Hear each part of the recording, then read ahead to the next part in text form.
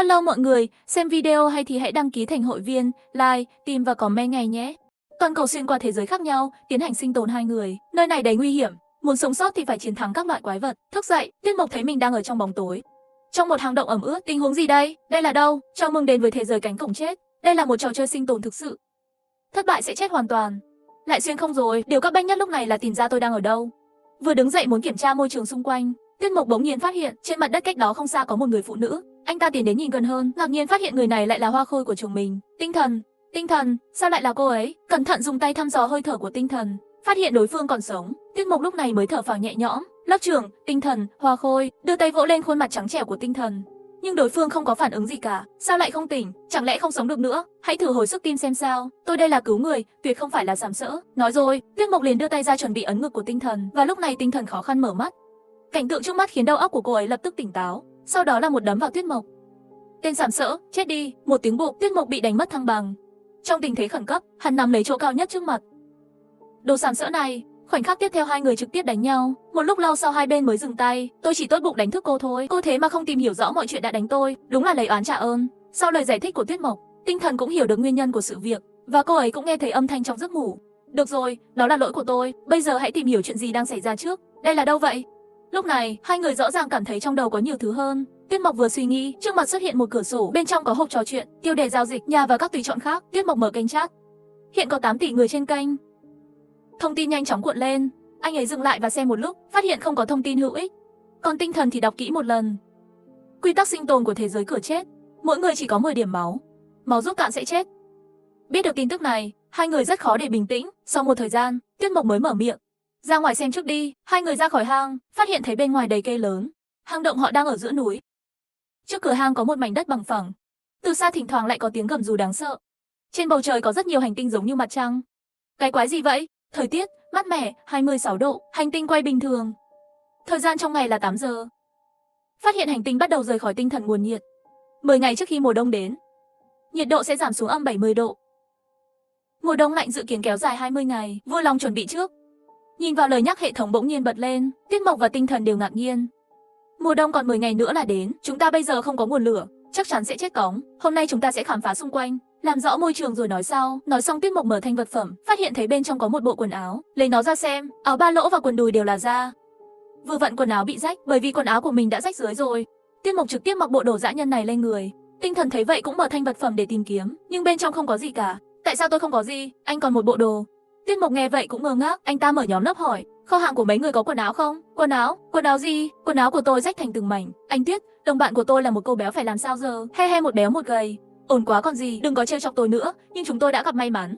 Bên cạnh có một dòng suối nhỏ, ít nhất là không lo nước uống. Nhìn thấy tin nhắn này, nhiều bạn học trong lớp bắt đầu xin nước uống.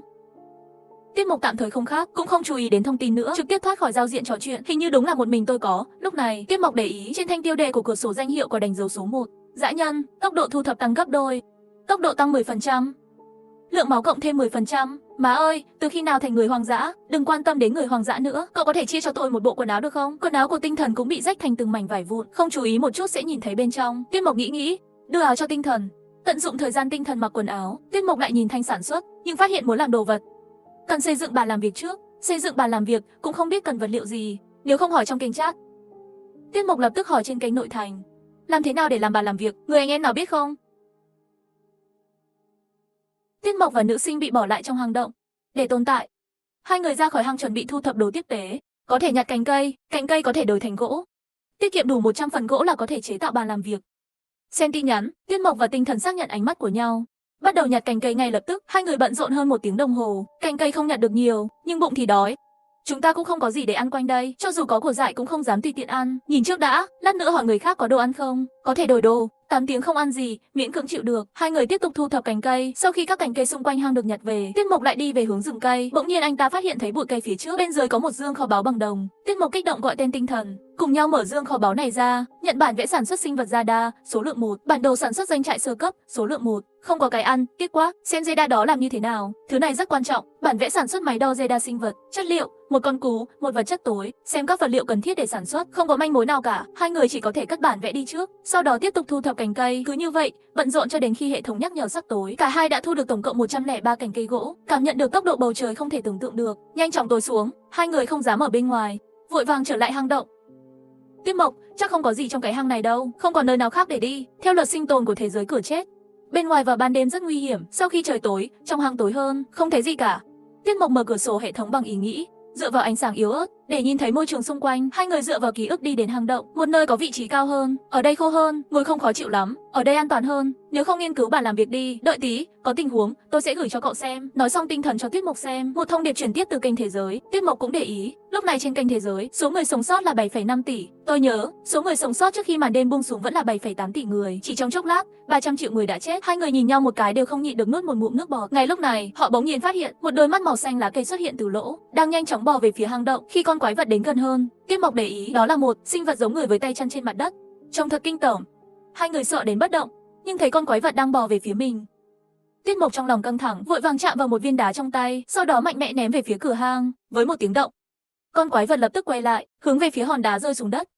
May mà con quái vật đó không có trí tuệ, sau khi bay lên không trung cũng không tiếp tục bò về phía Tuyết Mộc, mà là bò ra khỏi động. Hai người thấy vậy mới thở phào nhẹ nhõm. Tuyết Mộc cẩn thận mở nhóm lớp, tìm thấy tin nhắn riêng của Hầu Tử. Hầu Tử, mọi người ổn chứ? Không sao, tôi trốn trên cây rồi. May mà mấy thứ này không nhìn lên cây, nếu không sẽ chết 800 lần. Vậy thì tốt, cậu có đồ ăn không? Có anh Tuyết, cậu có bao nhiêu gỗ? 103 cành cây gỗ. Thấy Mộ Tuyết có nhiều gỗ như vậy, Hầu Tử bất ngờ, cậu ta và cô gái béo làm việc cả ngày, thu được 45 phần gỗ. Sau đó hai người dùng 13 phần gỗ, giao dịch 13 loại trái cây dại ăn được. Sau khi giao dịch hoàn tất, Tuyết Mộc lấy ra 6 quả đưa cho Tinh Thần. Hai người bận rộn cả ngày, đã sớm đói đến mức không chịu nổi, cuối cùng cũng có thức ăn. Hai người lập tức không quan tâm hình tượng mở miệng lớn gặm nhấm. Sau khi ăn xong hai người cũng không dám ngủ, cứ như vậy thu mình trong góc hang động, cho đến bình minh. Trời nhiều mây, 23 độ, hiện tại hành tinh quay chậm hơn một chút. Thời gian ban ngày là 12 giờ. Phát hiện hành tinh bắt đầu rời khỏi tinh thần nguồn nhiệt. Còn 9 ngày nữa là mùa đông đến. Nghe thấy lời nhắc từ hệ thống, hai người lúc này mới thở phào nhẹ nhõm. Mặc dù cả đêm không ngủ, nhưng muốn sống sót thì vẫn phải thu thập đồ tiếp tế. Thế là hai người đi ra ngoài hang động, thu thập thêm một ít gỗ. Cuối cùng cũng làm được bàn làm việc. Bản đồ sản xuất trại mà Tuyết Mộc thu thập được ngày hôm qua, lấy ra xem đi. Xin nợ quên mất, doanh trại cần đá 10 viên, gỗ 10 phần, doanh trại có thể thêm gỗ để sưởi ấm. Cần đá và gỗ. Chúng ta nên làm rìu gỗ và chặt cây trước, sau đó lại làm bàn thảo, khai thác đá. Mấy ngày tới điên cuồng đốn gỗ là được rồi. Kế hoạch của Tuyết Mộc, Tinh Thần cũng đồng ý. Thế là hai người lại bắt đầu đi khắp nơi thu thập cành cây. Sau 2 tiếng rưỡi, cuối cùng cũng có đủ 32 cành cây gỗ. Sau đó là một cái rìu và một cái cuốc. Một sao, chẳng lẽ có thể thăng cấp? Lập tức mở ra phương pháp thế giới sinh tồn cửa tử. Kiểm tra qua, Tuyết Mộc mới biết, tất cả các công cụ có thể được nâng lên thông qua bàn rèn, nhưng để làm bàn rèn vẫn cần đá và gỗ. Bộ đội Tuyết Mộc thu thập gỗ cả ngày, sau khi trời tối lại trốn về hang, không lâu sau đã gặp phải quái vật khủng bố, cuối cùng dựa vào sự chuyển hướng bởi âm thanh mới thoát khỏi cuộc tấn công của quái vật. Tôi thấy hầu hết các mặt hàng đều cần gỗ, gỗ phải được thu thập nhanh hơn, tôi có bộ đồ hiệu quả thu thập gấp đôi, vậy để tôi chặt cây, cô đi nhặt đá đi. Tinh Thần gật đầu đồng ý với sắp xếp như vậy, sau đó quay đầu lại chuẩn bị xuất phát, nhưng giây tiếp theo, cô ta trượt chân và ngã xuống đất. Tuyết Mộc thấy vậy, vội vàng nâng cô ta lên, mặt đất quá trơn trượt, làm một đôi giày trúc đi, xem kênh giao dịch có rơm không. Để tôi xem. Nói xong Tinh Thần tiếp tục đi đến bên cạnh hang động bắt đầu nhặt đá. Trong khi Tuyết Mộc đang tìm kiếm rơm trên kênh giao dịch, chẳng mấy chốc anh ta tìm được người bán rơm. Thông qua giao tiếp, Tuyết Mộc cuối cùng dùng một cái rìu gỗ thay 20 đơn vị rơm cộng với 5 cây giống rơm. Sau khi rơm đến tay, Tuyết Mộc trực tiếp làm 2 đôi giày cỏ. Sau đó lập tức đeo và cảm nhận một chút, ổn phết, đeo giày rơm đi khá êm. Sau khi đưa một đôi giày cỏ khác cho Tinh Thần, Tuyết Mộc đi ra ngoài rừng và bắt đầu chặt cây. Chỉ là sau khi chặt được 1 tiếng, Tuyết Mộc ngạc nhiên khi phát hiện tự chặt được 12 đơn vị gỗ. Bình thường nam giới chặt cây là 5 đơn vị gỗ 1 giờ. Hiệu suất của tôi là 10 đơn vị gỗ, nhưng bây giờ có thể chặt 12 đơn vị gỗ. Giải thích thuộc tính tăng gấp đôi của tôi, có thể tính cả công cụ. Hiệu quả này cũng quá biến thái. Nhanh chặt thôi, nếu có rìu đá, vậy thì tốc độ của tôi có thể nhanh hơn. Nghĩ vậy Tuyết Mộc lập tức tràn đầy năng lượng, chặt thật mạnh vào thân cây. Cứ như vậy chặt cây trong 3 tiếng, Tuyết Mộc lại lần nữa cảm thấy đói bụng ù ngục, chỉ có thể dừng công việc trước, liên lạc lại với Hầu Tử, dùng 10 đơn vị gỗ chờ hắn đổi mấy trái cây. Lúc này Tinh Thần đang thở hổn hển. Hai người ngồi ăn cùng nhau. Chỉ có trái cây thôi chưa được, chúng ta phải tìm chút muối. Quá lâu không ăn muối thì sao? 10 ngày không ăn muối sẽ xuất hiện triệu chứng thiếu natri, thiếu calo du máu, dễ gây rối loạn nhịp tim hoặc tăng rối loạn nhịp tim, rất có thể gây đột tử. Không phải có người sinh ra ở biển sao? Chúng ta có thể lấy nước biển. Mê mơ, được, phải phơi khô nước biển để chiết xuất muối. Rất nhanh, Tuyết Mộc phát hiện thấy một người có thể mua nước biển trên kênh giao dịch. Người sống sót ở nước biển, giao tiếp đơn giản vài câu, đổi 10 đơn vị gỗ lấy 100 lít nước biển, nhưng vì không có đồ đựng, vì vậy Tuyết Mộc tạm thời cũng không thể lấy những nước biển này ra được. Sau giờ nghỉ, hai người lại tiếp tục thu thập vật tư, cho đến khi hệ thống bật lên lời nhắc còn 3 tiếng trong ngày. Tuyết Mộc lúc này mới ngừng đốn hạ, cùng với Tinh Thần, trong khoảng 200 mét xung quanh hang động, khám phá một chút. Tuyết Mộc, cái màu tím kia là gì? Lạ thật. Một cây màu tím cao hơn 10 mét. Trước mắt hai người, cái cây này còn có răng, là thực vật hay động vật? Lúc này, Hoa miệng to kia dường như để ý thấy hai người đến. Hoa lớn cử động qua lại, ôi mẹ ơi, nó cử động kìa, đừng đi, thứ này trông rất nguy hiểm. nhưng nhìn thấy nhiều xương trắng dưới bông hoa, khiến Tuyết Mộc không dám tiến lên. Sau đó hai người lại ở gần đó thăm dò một chút, trở lại gần hang động. Để tránh bị một số động vật xâm nhập, hai người ở gần hang động, lắp một cửa gỗ đơn giản. Sau khi cửa gỗ được thiết lập, hai người cũng yên tâm một chút, lúc này mới trở lại trên vách đá bên trong động. Khi bầu trời bên ngoài dần dần tối xuống, tinh thần của hai người cũng căng thẳng. Để không phát ra bất kỳ âm thanh nào, hai người ngồi trên nền tảng dùng hệ thống giao tiếp. Sau đó hai người mở kênh chat, tìm kiếm một số thông tin hữu ích. Danh hiệu kỵ sĩ cưỡi rồng là cái quái gì vậy? Để tôi đi giết rồng. Ánh sáng mặt trời có thể giết chết những quỷ thực thi và có thể rơi xuống một số vật chất tối. Tôi vừa bị 14 tên quái vật thực thi tấn công, toàn bộ cánh tay đã biến mất. Đau quá. Cũng may mặc dù đau nhưng không chảy nhiều máu. Còn trừ 2 thanh máu của tôi. Xui xẻo, rất nhanh hai người liền phát hiện rất nhiều tin tức hữu dụng. Hóa ra vật chất tối là phải giết quái vật thực thi mới có thể lấy được. Hơn nữa bị tấn công cắn đứt tay cũng không chết, chỉ là trừ một chút thanh máu. Và tinh thần cũng phát hiện ra rằng có những người khác có danh xưng. Lập tức ở phương pháp sống ở thế giới cờ tử, tìm hiểu, quả nhiên phát hiện ra lời giải thích về danh hiệu. Một chia 10.000 cơ hội nhận được. Xem ra tôi may mắn rồi, thật sự tốt. Điều này mang lại cho chúng ta một lợi thế lớn trong giai đoạn đầu. Sau đó hai người lại xem kênh giao dịch một chút, phát hiện nhiều người giao dịch gỗ bằng vật liệu quý hiếm. Hai người không nói nhiều, dùng trực tiếp phần gỗ còn lại, thay đổi một cái gì đó thực tế, lấy đèn lồng cỏ, đá dạ quang, bản đồ tạo lửa. Vật chất tối 3, gỗ trong tay đều đổi hết rồi. Ngày mai tôi sẽ chặt thêm cây, hy vọng thời gian trong ngày có thể dài hơn một chút. Sau đó hai người thay phiên nhau ngủ. Quỷ thực thi nửa đêm đi một vòng trong hang động, không phát hiện thấy hai người, lại bất đắc dĩ bỏ đi. Sau đêm bình an, Tuyết Mộc nhìn hệ thống, thời gian trong ngày mồng 9 giờ của gợi ý được làm mới một lần nữa. Khi hai người Tuyết Mộc khám phá rừng, vô tình phát hiện hoa ăn thịt người khổng lồ cao 20 mét. Sau khi trở về hang, Tuyết Mộc dùng gỗ dư thừa giao dịch rất nhiều vật tư. Tuyết Mộc lập tức đi vào rừng và bắt đầu chặt cây. Với sự cứng rắn của rìu gỗ, anh ta có thể chặt 14 đơn vị gỗ trong 1 giờ. Tinh thần phát hiện thấy một số cây giống như lá sen, đổ nước biển vào, đặt ở nơi có thể phơi nắng để tinh chế muối biển. Phơi nắng đến tối hẳn là có thể chiết xuất một ít muối. Làm xong, tinh thần bắt đầu thu thập đá. Khi Tuyết Mộc tập trung chặt cây, khoảng 1000 mét phía trước anh ta, một con báo đang từ từ tiến lại gần anh ta. Hú, mệt chết rồi. Anh ta dựa vào một cái cây lớn chuẩn bị nghỉ ngơi. Lúc này, con báo lao ra khỏi bụi cây, chạy về phía sau Tuyết Mộc. Tuyết Mộc lập tức cảm thấy sợ hãi, theo bản năng quay đầu tránh đi. Giây tiếp theo, con báo hạ cánh trơn tru với một cánh tay đẫm máu trong miệng. Tuyết Mộc nhìn đôi vai trống rỗng của mình, nỗi đau đớn khiến anh ta toát mồ hôi lạnh. Ngay khi anh ta nghĩ mình sẽ chết, nhưng con báo không tiếp tục tấn công, nó bắt đầu gặm cánh tay đó. Nhìn thấy điều này, Tuyết Mộc chịu đựng nỗi đau và quay lưng bỏ chạy. May mà không bị chảy máu nhiều, chỉ là trừ đi 2 điểm lượng máu. Anh ta tìm đúng hướng, điên cuồng chạy vào rừng. Con báo nhanh chóng nuốt cánh tay đó, sau đó đuổi theo Tuyết Mộc. Nó rất nhanh, chỉ trong chốc lát đã tới phía sau Tuyết Mộc, rồi nó mở miệng đầy máu, miệng mở lớn lao vào đầu Tuyết Mộc. Tuyết Mộc thuận thế ngã xuống đất. Con báo bay thẳng qua đầu anh ta. Nó trượt vài mét, rồi quay lại lần nữa, đối diện với Tuyết Mộc nhổ xương trắng còn sót lại trong miệng. Xương trắng, đúng rồi, có cách rồi. Tuyết Mộc lập tức đứng dậy chạy về hướng khác và chạy qua lại giữa những cái cây lớn. Mặc dù báo rất nhanh, nhưng cứ đi vòng quanh trong rừng, không thể chạy nước rút hết sức. Sắp đến rồi, hy vọng nó hữu ích. Thể lực của Tuyết Mộc đã đến giới hạn, vết thương cứ chảy máu, cũng khiến anh ta bị khấu trừ 2 điểm máu một lần nữa. Cuối cùng, sau khi anh ta đi qua một bụi cây, nhìn thấy hoa miệng lớn cao hơn 10 mét, con báo cũng lao ra khỏi bụi cây, nhưng khoảnh khắc tiếp theo, nó đã chết lặng. Ngay khi nó định bỏ chạy, cái miệng hoa khổng lồ cắn mạnh vào con báo. Chỉ vài giây sau, con báo không thể di chuyển vì ngộ độc. Sau đó bị hoa ăn thịt người nuốt toàn bộ vào bụng. Tuyết Mộc không dám ở lại, vội vàng quay người chạy về hướng hang động. Ngay sau đó anh ta chạy ra khỏi rừng. Tinh thần nhìn thấy anh ta với một bộ dáng chật vật, thậm chí còn thiếu một cánh tay, bỗng nhiên sợ hãi vô cùng. Chuyện gì đang xảy ra vậy? Vừa rồi một con báo dài gần 5 mét tấn công tôi, may mà tôi dẫn nó đến bên hoa miệng to. Nó bị hoa miệng to ăn mất rồi, chỉ là mô tả đơn giản thôi. Tinh thần đã cảm nhận được sự nguy hiểm, sắc mặt trắng bệch. Lúc này, Tuyết Mộc đã không còn cảm nhận được nỗi đau của vết thương nữa. Anh ta lấy cuốc ra khỏi ba lô, tiếp tục đi. Hôm nay phải xây nhà. Cô đã đủ rồi, chỉ thiếu đá thôi. Anh đã như này rồi mà vẫn có thể làm việc à? Không sao, chắc là do hệ thống trò chơi. Tôi trừ 4 điểm máu. Mặc dù vết thương còn hơi đau, nhưng không còn chảy máu nữa, không chết được. Tuyết Mộc liền mang theo tinh thần cùng nhau khai thác đá, nhưng bị ảnh hưởng bởi vết thương, tốc độ khai thác của Tuyết Mộc giảm một nửa. Hai chúng ta cộng lại, 1 giờ còn có thể khai thác 10 đơn vị đá.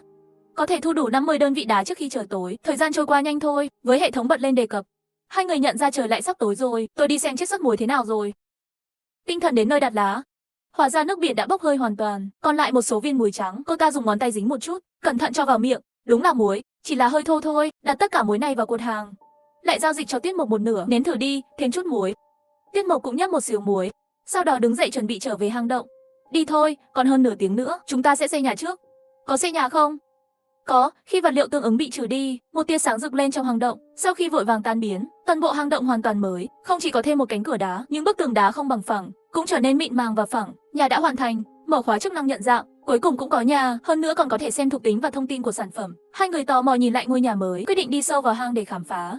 Tuyết Mộc dẫn đầu đi vào bên trong. Hơn 20 mét sau, 3 cái lỗ hổng xuất hiện trước mặt hai người. Ba ngã ba đường đi như thế nào? Quan sát lát đi. Tinh thần nghĩ, kéo một sợi tóc dài, sau đó đối mặt với một trong những lỗ hổng. Tóc không cử động, Đổi đến lỗ thứ hai cũng vẫn không có phản ứng, cho đến lỗ cuối cùng, tóc mới có chút rung động. Hai cái đầu tiên chắc là đường chết, có luồng không khí ở lỗ cuối cùng. Vào kiểm tra đi, hai người đi vào lỗ thứ nhất, chỉ đi về phía trước vài chục mét là đến cuối. Tiết Mục bị báo tấn công, thu hút nó đến gần hóa miệng to, mới thoát ra suôn sẻ. Đêm đó, hai người xây nhà và bắt đầu khám phá hang động. Cuối hang là một vũng nước nhỏ. Hai người đi qua, phát hiện thấy nước trong hồ trong suốt, nước ngọt tự nhiên, vô hại với cơ thể con người, có thể uống trực tiếp. Nhìn thấy gợi ý, hai người không nhịn được phấn khích, chạy ngay đến vũng nước, dùng tay cầm uống vài ngụm. Sau khi uống đủ, hai người mới trở về ngã ba đường, bước vào hang động thứ hai. Hang động này sâu hơn 20 mét.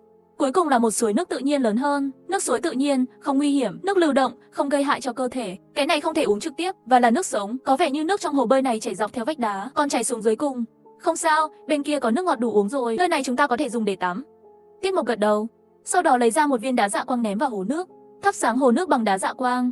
Tiết Mục nhìn thấy độ sâu của hồ nước, nước sâu khoảng 1 mét, tắm đủ dùng. Sau khi rời khỏi hang động thứ hai, hai người chuẩn bị xem hang động cuối cùng. Để đảm bảo, hai người Tiết Mục đào 30 đơn vị đá trong hang, tạo ra 2 thanh dao đá ngắn mới dám vào thăm dò. Cẩn thận, trong trường hợp có một lối ra khác ở đây, có lẽ nó sẽ dẫn đến quái vật. Theo tôi.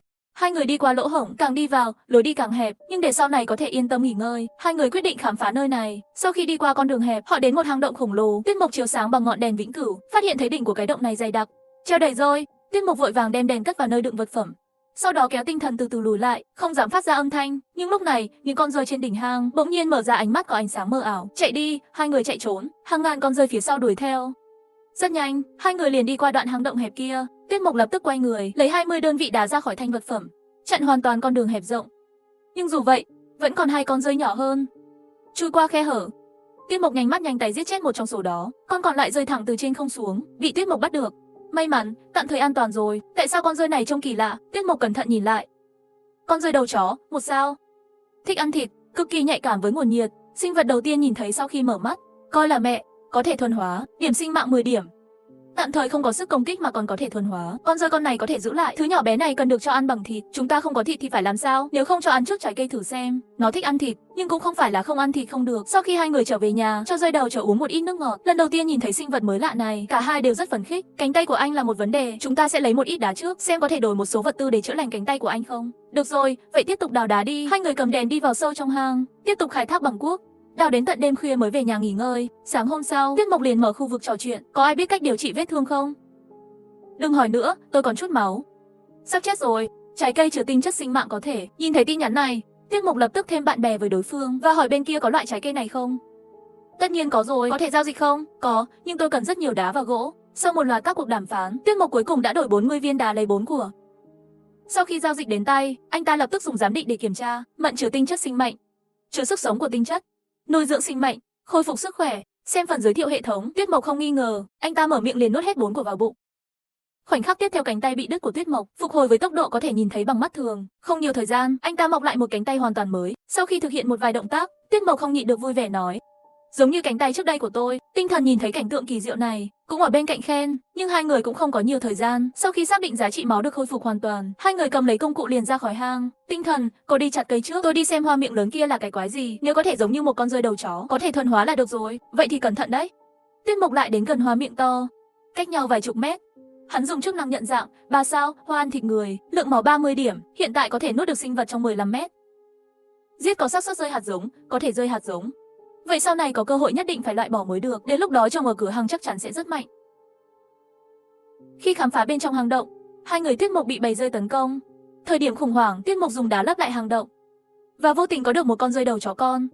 Sau khi tìm hiểu tình hình hoa ăn thịt người, Tiết Mục liền yên tâm đi đốn cây. Hai người định dùng thời gian trong ngày để chặt cây, buổi tối lại về sơn động khai thác đá. Chặt một lúc, Tiết Mục bỗng nhiên hỏi tinh thần: cô nói xem, chúng ta trồng rơm ở đâu? Trồng trên bãi đất trống bên ngoài hang trước đi. Tốt nhất là hỏi người bán rơm, xem có thể đổi một số loại hạt giống khác không. Chỉ cần có được gạo năng suất cao, chúng ta có thể ăn cơm.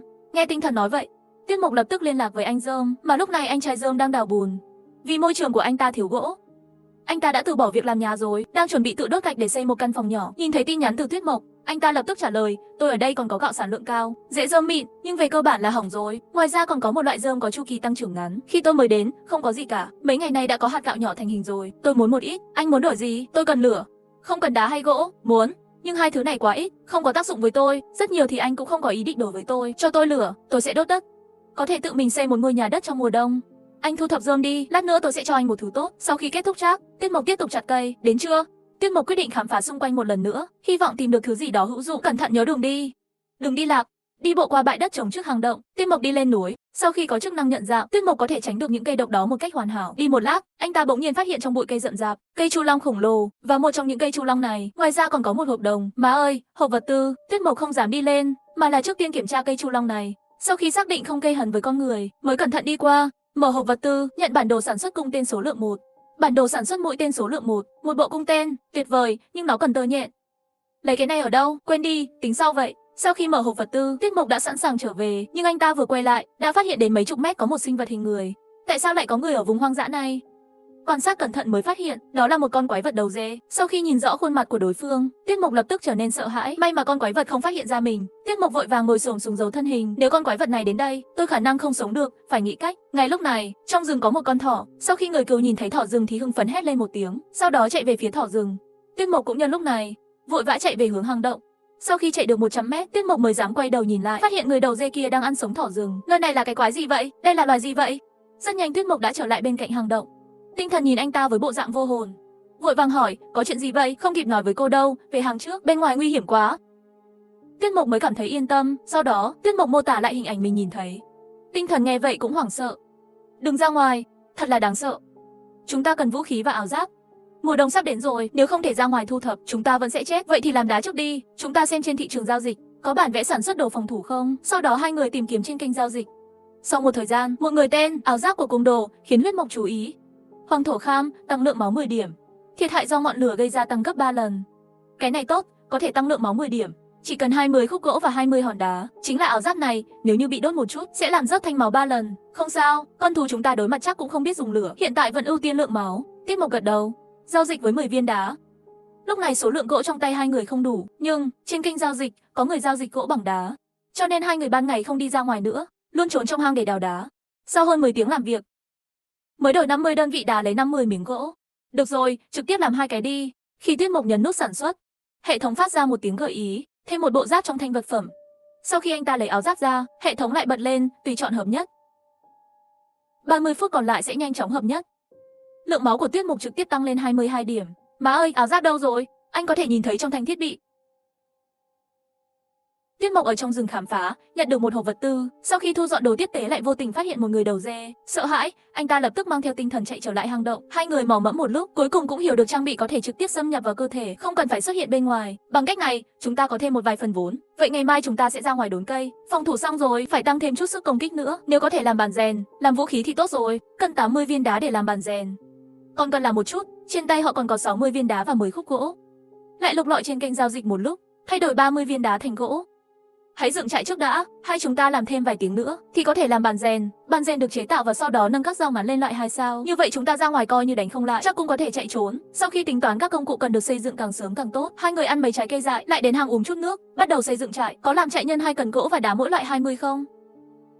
Có, sản xuất hoàn thành. Sau khi trại được xây dựng xong, Tiết Mộc lập tức liên lạc với anh trai Dơm, có ở đó không? Tôi đến rồi, anh Dơm cũng rất phấn khích. Ở giữa cánh đồng có những viên gạch. Tuyệt vời, chỉ đợi anh thôi, chúng ta giao dịch ngay bây giờ. Anh có hạt giống gì? Tôi có cây đá, gạo sản lượng cao, đường hàn mịn, cây đá trưởng thành nhanh chóng. Ngoài ra còn có đường hàn thanh thô năng suất thấp. Tinh Thần nhìn tin nhắn, trong lòng vui mừng. Có những loại cây giống này thì có thể tiến hành ghép và lai tạo hạt. Tiết Mộc cũng vui vẻ gật đầu. Chúng ta hãy giao dịch trực tiếp. Khi cả hai bên nhấp vào OK, 30 cây giống lúa xuất hiện trực tiếp trong kho đựng của Tiết Mộc. Sau khi lấy nó ra, Tinh Thần quan sát cẩn thận. Những loại giống cây khác nhau này không nhất định sẽ thành công ngay lập tức. Sau này, hay là để anh ta cung cấp cho chúng ta thêm một ít. Được nhé, nhưng bây giờ chúng ta hãy thu thập đá trước, chế tạo lại dao ngắn. Ngày mai đi chặt gỗ, như vậy đổi lại quá ít. Sau đó, hai người khai thác liên tục trong 6 giờ, nhận được 90 đơn vị đá, lúc này mới dừng lại. Mệt chết tôi, ngủ đi, ngày mai tiếp tục, lạnh quá, phải làm quần sớm hơn mới được. Trở về nhà, Tiết Mộc đã tạo ra bản rèn, lúc này mới không nhịn được cơn buồn ngủ, lên giường nghỉ ngơi. Sáng hôm sau, hai người bị hệ thống nhắc nhở đánh thức, nhìn thấy thời tiết cực lạnh ngày càng gần, Tiết Mộc lập tức căng thẳng, còn 6 ngày nữa. Phải nhanh lên, nâng các dao ngắn trước đi. Nghe vậy, Tiết Mộc lập tức lấy dao ngắn ra, đặt trên bản rèn, nhấp vào tăng sao, với một tia sáng xuất hiện. Dao ngắn tăng lên 2 sao và 20 viên đá cuối cùng trong ba lô cũng biến mất. Đào thêm 30 viên đá, dao ngắn của cô cũng lên cấp 2. Chúng ta ra ngoài chặt cây, sau đó, họ dành thêm 3 giờ để thu thập đá, tạo cho Tinh Thần một dao ngắn 2 sao. Vừa ra khỏi hang, với dao ngắn về chất lượng 2 sao, hai người cảm thấy an toàn. Tiết Mộc dùng rìu đá chặt cây, còn Tinh Thần thì bận rộn ghép hạt giống, ghép và lai tạo các giống khác nhau. 4 tiếng sau, Tiết Mục nhận được 56 đơn vị gỗ. Anh ta dừng hành động đốn hạ, nói với Tinh Thần, gần như đủ rồi, đi tìm chỗ nào kiếm ít thịt đi. Mỗi ngày ăn trái cây đều chán rồi. Tinh Thần nghe vậy, buông con dao trong tay xuống, gật đầu. Hai người thu dọn dụng cụ xong cùng nhau đi lên núi. Rất nhanh đã đi đến nơi Tuyết Mộc phát hiện cây chu long. Cây chu long này sao lớn thế? Phải, nó có thể đưa cô vào, đưa cả hai chúng ta đều giống nhau. Thứ này có thể cắt được không? Sẽ làm rơi hạt giống. Tuyết Mộc nghe vậy cũng vui mừng, lập tức lấy ra dao ngắn chém vào cây chu long. Anh ta có thể cắt 5 điểm máu. Mấy nhát liền khiến cây chu long héo úa. Khi cây chu long chết, hai hạt giống cũng rơi ra. Má ơi, thật sự rơi hạt giống rồi. Xem ra chỉ cần chặt chết những cây này, có thể thu hoạch hạt giống. Nếu lúc sau phát hiện thấy cây hữu ích không thể thu thập được, cứ chặt đi vậy. Đúng rồi, đây là nơi tôi gặp người đầu dê. Cẩn thận nhé, đang nói, bỗng không xa có một tiếng sột soạt. Hai người nhìn theo, phát hiện thấy hai con thỏ dưới gốc cây. Đó là thỏ và có lỗ thỏ. Thỏ cảnh giác, nhận thấy một chút gió thổi cỏ, lập tức chui trở lại lỗ. Vừa hay, Tuyết Mộc, chúng ta tìm xem có lỗ nào khác gần đây không. Chặn nó lại, hai người tách ra tìm, nhanh chóng phát hiện thấy 3 lỗ hổng khác và chặn những lỗ này bằng đất. Làm xong, Tuyết Mộc lại dùng cành cây xung quanh là một lồng đựng thú đơn giản đặt trên lỗ ban đầu. Xem chúng mày chạy như thế nào. Tinh Thần thấy công việc chuẩn bị đã hoàn thành, bắt đầu đổ nước biển vào hang, hàng nước biển đổ xuống. 3 con thỏ cuối cùng không chịu nổi chui ra khỏi hang, sau đó tất cả đều đâm vào trùng thú. Ha ha, hôm nay có thịt thỏ ăn rồi.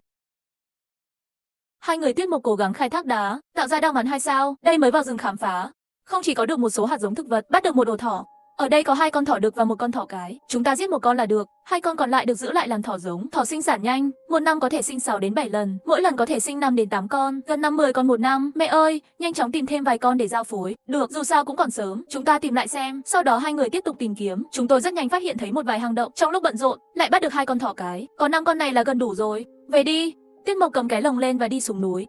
Hi hi, hôm nay thu hoạch bội thu, về nhà đánh răng trước. Vừa nói xong Tuyết Mộc bỗng nhiên dừng bước, lập tức ngồi xổm xuống. Tinh Thần phía sau anh ta cũng theo bản năng cùng nhau ngồi xổm xuống. Sao thế? Nhìn thấy gì? Tuyết Mộc nhìn về hướng hang động, một người đầu dê đang lang thang trên bãi đất trống. Tại sao thứ này lại đến trước cửa nhà chúng ta? Tinh Thần nhìn gần hơn, ngay lập tức sợ hãi. Cái này phải làm sao? Nó chặn cửa, chỉ có thể chiến đấu với nó thôi, không thể đấu lại được. Chúng ta chạy vào trong hang, gã này cũng không nhất định giữ được chúng ta. Tinh Thần gật đầu, hai người đều lấy dao ngắn ra nắm chặt trong tay. Sau đó Tuyết Mộc lao ra từ phía sau bụi cây. Chết đi! Người đầu dê nghe vậy lập tức quay đầu. Sau khi nhìn thấy Tuyết Mộc thì hưng phấn, nó hét lên, móng cưa vừa đạp liền đánh mạnh một đấm vào Tuyết Mộc. Chỉ đinh một tiếng, một lớp bảo hộ xuất hiện ngay lập tức, chống lại nắm đấm này chỉ giảm 3 điểm máu. Tao tưởng mày lợi hại lắm chứ, hóa ra cũng là kẻ vô dụng. Tuyết Mộc không còn sợ hãi, trực tiếp dùng dao ngắn đánh nhau với người đầu dê. Tinh Thần phía sau cũng cầm dao ngắn, gia nhập trận chiến. Dao ngắn trong tay hai người, một lần có thể gây 5 sát thương. Người đầu dê mặc dù sức công kích thấp, nhưng tốc độ tấn công rất nhanh. Cuối cùng sau một tiếng gầm không cam lòng, người đầu dê không chống cự nổi nữa, cả hai cũng bị thương rất nhiều. Gã này, toàn bộ điểm cho vào tốc độ tấn công sao? Suýt nữa thì bị giết chết, may mà có phòng hộ, nếu không hai chúng ta sẽ chết ở đây. Nhận được lông dê số lượng 2, sừng dê số lượng 2, vật liệu tối số lượng 2, hộp tài nguyên 2 sao số lượng 1. Nhiều thiết bị ghê, tuyệt vời, không vô ích chúng ta tốn nhiều công sức như vậy. Lúc này trời đã tối rồi, hai người nhanh chóng bỏ đồ vào ba lô. Sau đó mang lồng thú trở về hang động. Đây là lần đầu tiên mở hộp tài nguyên 2 sao. Tinh Thần, cô rất may mắn, cô mở đi. Tinh Thần cũng không từ chối, mở hộp tài nguyên ngay lập tức, nhận được quần áo lông cừu số lượng 1. Bản đồ làm quần áo lông cừu số lượng 1, cừu con số lượng 2, bản đồ chế tạo đồ an toàn. Có quần áo đó Tinh Thần, cô cũng có quần áo để mặc rồi. Tinh Thần cũng rất vui, cô ấy lấy quần áo lông cừu và mặc nó vào, nhưng suy nghĩ một chút vẫn là tắm trước. Lúc này mới thay quần áo mới, mà Tuyết Mộc thì đem con thỏ hôm nay bắt được và 2 con cừu con vừa nhận được, đặt ở góc hang, sau đó dựng một hàng rào đơn giản bằng gỗ. Làm xong việc này, hai người xử lý đơn giản một trong những con thỏ, nướng thịt. Vài ngày sau mới được ăn thịt. Cả hai đều rất phấn khích. Sáng hôm sau, hai người vừa thức dậy thấy nhiệt độ hôm nay tăng lên rất nhiều. Khi mùa đông đến gần, cả hai đều căng thẳng. Nhưng trước khi ra ngoài, vẫn là giao dịch với Trương Ái Hoa, trái cây chứa tinh chất sinh mệnh, bổ sung lượng máu của mỗi người. Sẵn sàng hoàn tất, máu đầy đủ, áo giáp cũng được cải tạo lại. Vũ khí cũng là dao găm ngắn 2 sao, có thể đến một nơi xa hơn một chút để khám phá. Đúng vậy, ra ngoài tìm thịt để ăn. Sau khi tự động viên, hai người đi xuống núi. Khi đi bộ, đã đánh dấu rất nhiều dấu hiệu trên đường đi. Vừa xuống núi, họ nhìn thấy một dòng sông. Bên dưới dòng sông còn có một con bò đang uống nước. He he, Tinh Thần muốn ăn bộ phận sinh dục của bò không? Tôi không ăn thứ đó đâu. Tinh Thần tôi dù chết đói rồi nhảy xuống từ đây, cũng sẽ không ăn phần đó của bò. Được rồi, đây là những gì cô nói đó. Đồ xong, Tuyết Mộc liền đi về phía con bò. Sau khi đủ khoảng cách, nhìn thấy tin tức của con bò kia, bò sừng khổng lồ 2 sao, 22 điểm máu. Động vật ăn cỏ, con này mới 2 sao, có 22 điểm máu, thật là da thô thịt dày. Để tránh bị những con thú khác phát hiện, hai người quyết định lát nữa đi lên, trực tiếp đi theo bò sừng khổng lồ rồi giết luôn. Tuyết Mộc tiện tay nhặt một viên sỏi trước mặt, ném mạnh vào con bò sừng khổng lồ. Viên đá đó đập vào mặt con bò. Tuyết Mộc nhìn thấy cũng cảm thấy đau. Con bò sừng khổng lồ kia ngẩng đầu giận dữ nhìn về phía hai người, mũi thỏ ra nhiều nhiệt. Tôi trực tiếp đánh nó, đảm bảo chúng ta có thể trúng một phát. Được, khoảnh khắc tiếp theo, bò sừng khổng lồ đầy sức mạnh với khí thế kinh ngạc lao về phía hai người. anh có chắc là chỉ mất 2 thanh máu khi bị đâm không? Tiết Mộc nhìn thấy tư thế của bò sừng khổng lồ, trong lòng cũng có chút do dự nhưng vẫn nói, không sao, tôi không tin nó đâm tôi sẽ mất 10 thanh máu. Hai người Tiết Mộc phát hiện người đầu dê ở cửa hang, sau một trận chiến ác liệt, đã giết nó. Ngày hôm sau họ lại xuống núi khám phá và phát hiện thấy một con bò sừng cưa đâm mạnh vào Tiết Mộc. Tiết Mộc lập tức bị tấn công thành hình con tôm, mà nó dám đánh tao. Mặc dù vậy, Tiết Mộc cũng không quên chém một dao. Tiết Mộc bay thẳng ra ngoài va vào cây. Má ơi, 4 điểm máu. Quái vật này không phải chỉ có 2 sao thôi sao? Sau khi con bò sừng khổng lồ dừng lại, tinh thần cũng tiến lên chém một dao. Tiết Mộc lúc này tỉnh táo lại, chạy về ngay, lại chém một dao vào con bò sừng khổng lồ. Lúc này, con bò sừng khổng lồ đá mạnh, ném tinh thần xuống sông. Chỉ thiếu 2 nhát thôi, Tiết Mộc lại vung dao lên, tinh thần cũng từ trong nước bò ra, chém một nhát, bò sừng khổng lồ ngã xuống đất. Tiết Mộc thấy vậy, nhét xác con bò này vào ba lô ngay lập tức.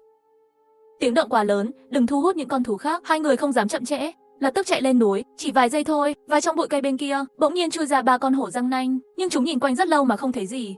Hai người Tiết Mộc không ngừng nghỉ trở về sơn động, sau đó thả xác con bò sừng cưa ra. Gã to con này phải nặng hơn 1400 cân, chắc là nên cắt thành từng miếng bỏ vào hộp đựng đồ đi, đặt bên trong sẽ không bị hỏng. Khẩu phần ăn mùa đông của chúng ta có rồi. Hai người nhanh chóng xử lý xác con bò sừng cưa, sau đó cho vào hộp đựng đồ để không lãng phí thời gian trong ngày. Hai người lại vội vàng ra ngoài bắt đầu đốn cây, cho đến khi hệ thống nhắc trời tối, còn 1 giờ nữa mới về đến hang. Tinh thần, thỏ cho ăn thế nào rồi? Vừa nói, Tiết Mộc đến bên hàng rào kiểm tra, nhưng lại thấy con thỏ đực kia nằm gục trong góc.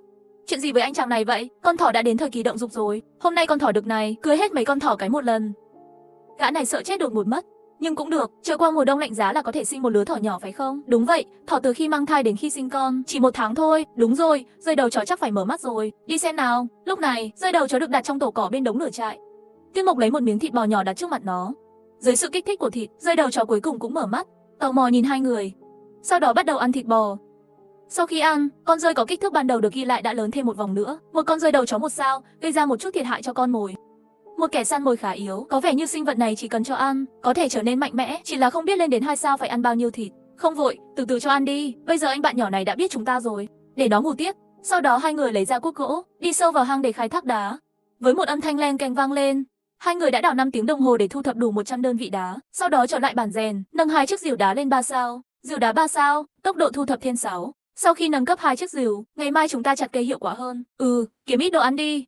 Tiết Mộc cũng đói bụng, vì vậy, lấy thịt của con bò sừng to ra, cắt vài miếng để làm thịt nướng. Hả? Trong bụng con bò này sao còn có một viên thuốc? Ngư bảo, có thể điều trị vết thương, tăng lượng máu, nếu ăn hết, có thể ngay lập tức loại bỏ tất cả các hiệu ứng tiêu cực và nhanh chóng trở lại trạng thái đầy đủ. Mẹ ơi, đây là đồ tốt đấy. Anh cầm đi, sau này gặp phải nguy hiểm gì cũng có thể né tránh. Không lâu sau, hai người liền ăn được miếng bò đầu tiên của thế giới tử môn. Với chuỗi thịt nướng, Tiết Mộc bất ngờ phát hiện, áo giáp vốn bị mất đi vài lượng máu. Thế mà phục hồi một chút máu, chắc là đã ăn máu thịt của động vật. Chúng ta cũng có thể từ từ bổ sung lượng máu. Mê mơ, hẳn là như vậy, nhưng thịt này phải ăn nhiều mới có thể bù máu. Như thế này, chúng tôi có thêm một cách để bổ sung lượng máu. Lúc này con rơi đầu chó cũng ngửi mùi thịt nướng bò mà bay đến đây, đã chọc cười hai người. Sau khi cho nó ăn vài miếng thịt nướng, tinh thần bỗng nhiên nói, đặt tên cho anh chàng nhỏ bé này. Tiết Mộc gật đầu đồng ý, gọi là gì? Vượng Tai. Gọi là Bình An đi, hy vọng chúng ta đều bình an. Được, gọi là Bình An. Vất vả một ngày, ăn xong thịt nướng hai người liền ngủ say. Sáng hôm sau, hai người sau khi thức dậy liền ăn chút thịt bò, nhanh chóng hoàn thành công việc khai thác gỗ. Do hiệu quả của rìu đá được cải thiện nên tốc độ thu thập nhanh hơn, hai người 1 giờ có thể chặt hơn 30 đơn vị gỗ. Theo hiệu quả hiện tại của chúng ta, 4 ngày còn lại cắt được 900 đơn vị gỗ. Hai người vừa chặt cây, giết thời gian xem kênh trò chuyện. Sau vài ngày mò mẫm, trong lớp bọn họ đã có không ít bạn học. Khám phá môi trường xung quanh. Tôi mở dương vật tư ra và mở con chim thám hiểm, khám phá xong bán kính 3 km, nơi đó được gọi là thung lũng rồng. Bên này tôi có đồ tạo tác, xem xong mô tả của bạn học này, Tiết Mộc lập tức mở bản đồ.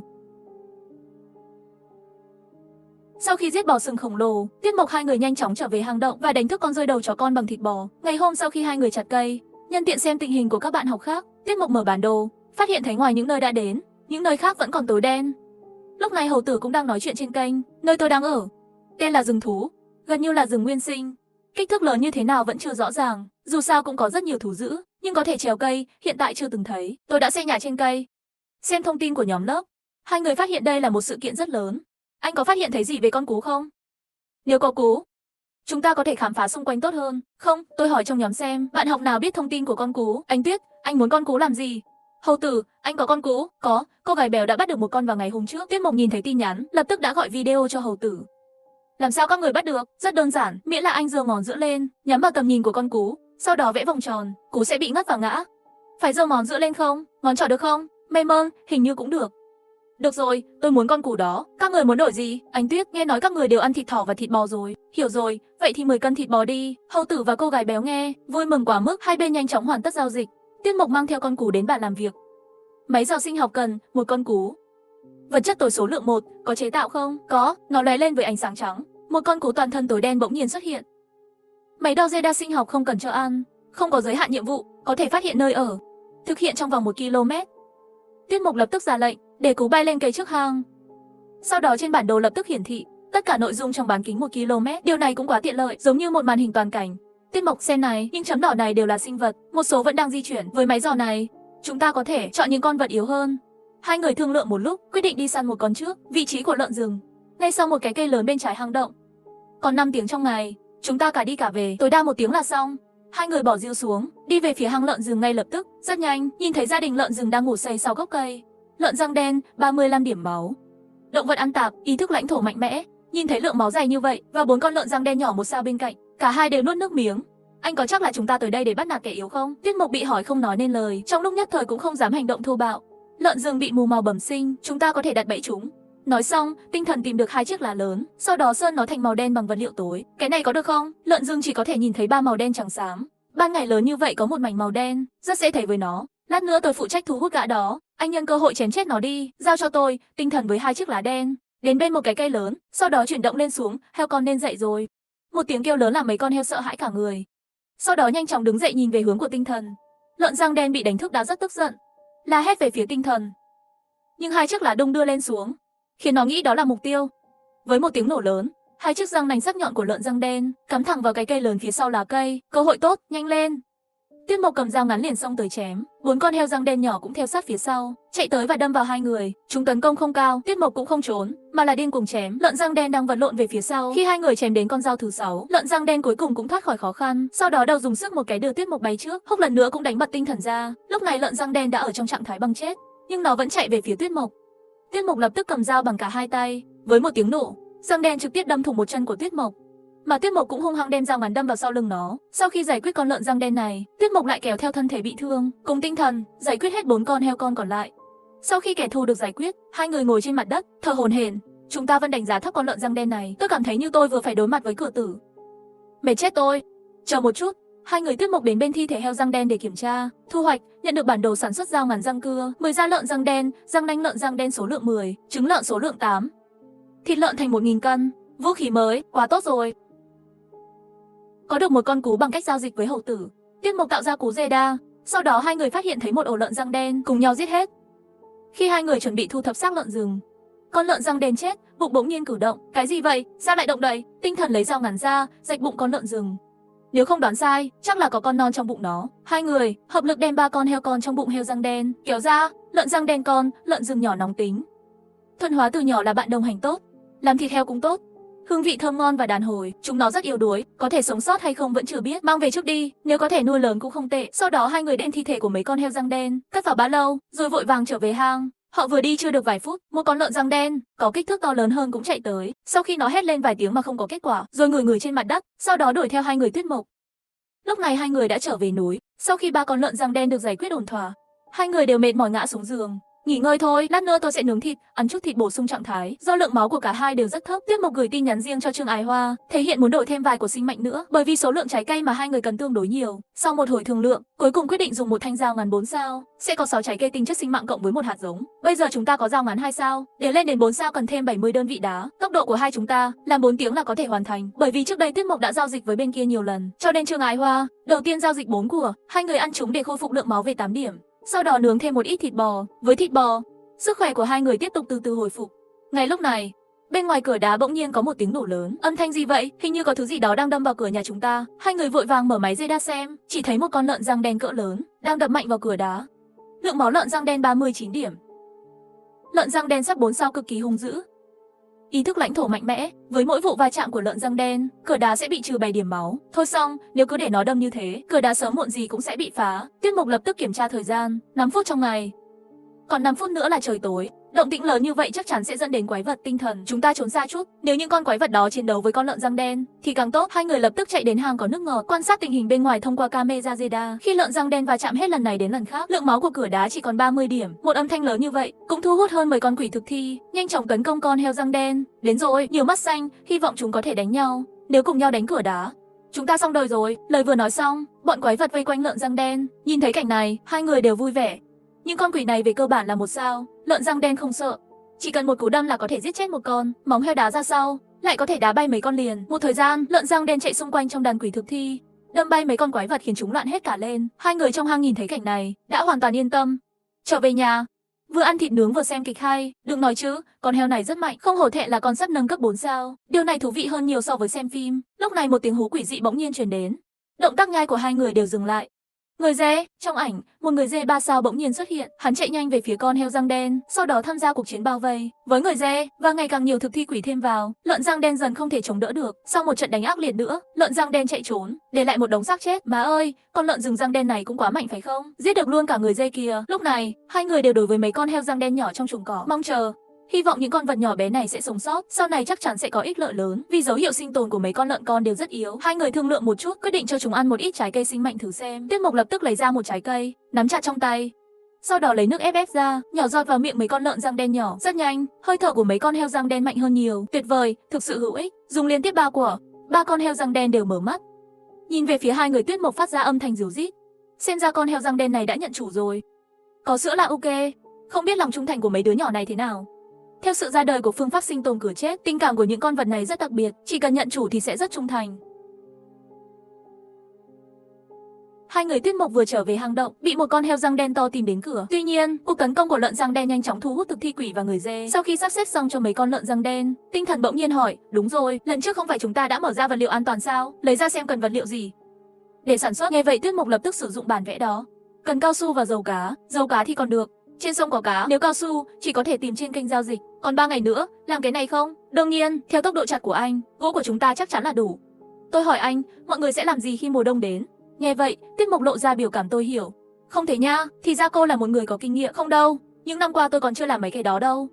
Ý cô là, tôi hiểu rồi, thứ này chắc chắn sẽ đến sau mùa đông lạnh giá, sẽ bán được khoản lớn. Vậy ngày mai chúng ta sẽ chuẩn bị nguyên liệu làm đi. Sáng hôm sau, hai người ra ngoài nhặt xác trước. Sinh vật bóng tối bị lợn răng đen giết hôm qua, rơi rất nhiều vật liệu tối. Ngoài ra còn có xác chết trên mặt đất của người dê nữa, thậm chí còn làm rơi một khẩu súng vật tư 3 sao. Anh heo đúng là mạnh mẽ. Nếu đổi thành chúng ta sẽ không giết được nhiều quái vật như vậy. Đúng vậy, Tuyết Mộc, hộp tài nguyên này anh đến mở đi. Được rồi, xem may mắn của tôi đi. Nói rồi, Tuyết Mộc liền mở hộp vật tư, lấy được quy ngơ sắt 10 viên, bản vẽ sản xuất đường dây đá số lượng 1, bản vẽ sản xuất xe mỏ số lượng 1. Nếu đã có quy ngơ sắt, cái này có thể làm lò. Nói xong Tuyết Mộc liền trực tiếp mở trang sản xuất. Lò cần vật liệu, đá viên 50, gỗ viên 10, quy ngơ sắt 1, có chế tạo không? Có. Với sự nhấp nháy của ánh sáng, một lò luyện kim loại xuất hiện trước mặt hai người. Buổi tối lại nghiên cứu đi, tôi sẽ ra sông bắt cá trước, anh nhanh tay chặt cây đi. Nghe vậy Tuyết Mộc gật đầu, đặt lò vào ba lô. Cẩn thận trên đường, có gì thì gọi cho tôi. Nói xong anh ta cầm rìu đi vào rừng, Tinh Thần đi xuống núi. Đi theo tuyến đường trước đó rất nhanh đã đến bờ sông. Trong dòng sông trong vắt, có rất nhiều cá lớn vui vẻ bơi lội, ngoài ra còn có cá vược, nhưng làm thế nào để bắt được, không có công cụ.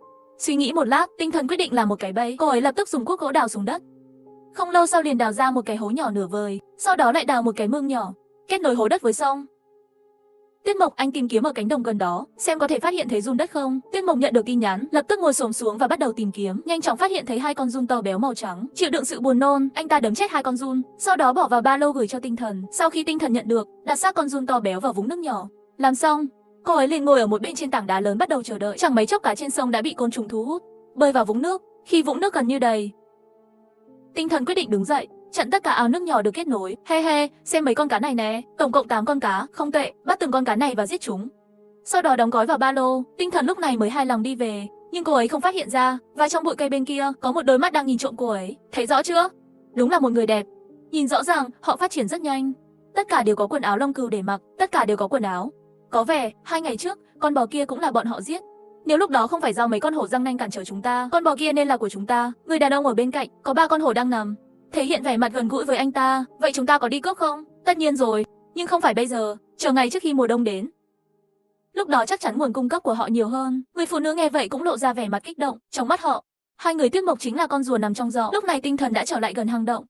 Lúc này, cô ấy cầm một con cá lớn khoe với Tuyết Mộc. Tuyết Mộc, xem tôi bắt được gì này. À, tuyệt vời, con cá lớn như vậy mà cô còn bắt được. Tinh thần cười đắc ý, tiếp tục nói, cho đến khi tôi tinh chế dầu cá, sau đó tưới thêm một chút gỗ cao su, như vậy có thể tinh chế cao su. Được, cô đi đi, tôi còn phải nhanh tay chặt cây nữa. Nói xong, Tuyết Mộc liền sai người tiếp tục chém mạnh lên. Tinh thần thì mở kênh giao dịch để tìm kiếm cao su. Hiện nay cao su không có nhiều tác dụng. Tinh thần rất dễ dàng dùng 5 cân thịt bò đổi thành 50 cân cỏ cao su. Sau khi vốn đến tay, Tinh thần trở về hang, sau đó đặt lò. Có nên tinh chế 50 đơn vị cỏ cao su không? Tinh chế, thời gian tinh chế dự kiến của cỏ cao su là 50 phút. Hơn 1 tiếng sau, Tinh thần tinh chế cao su và dầu cá mỗi loại 50 đơn vị.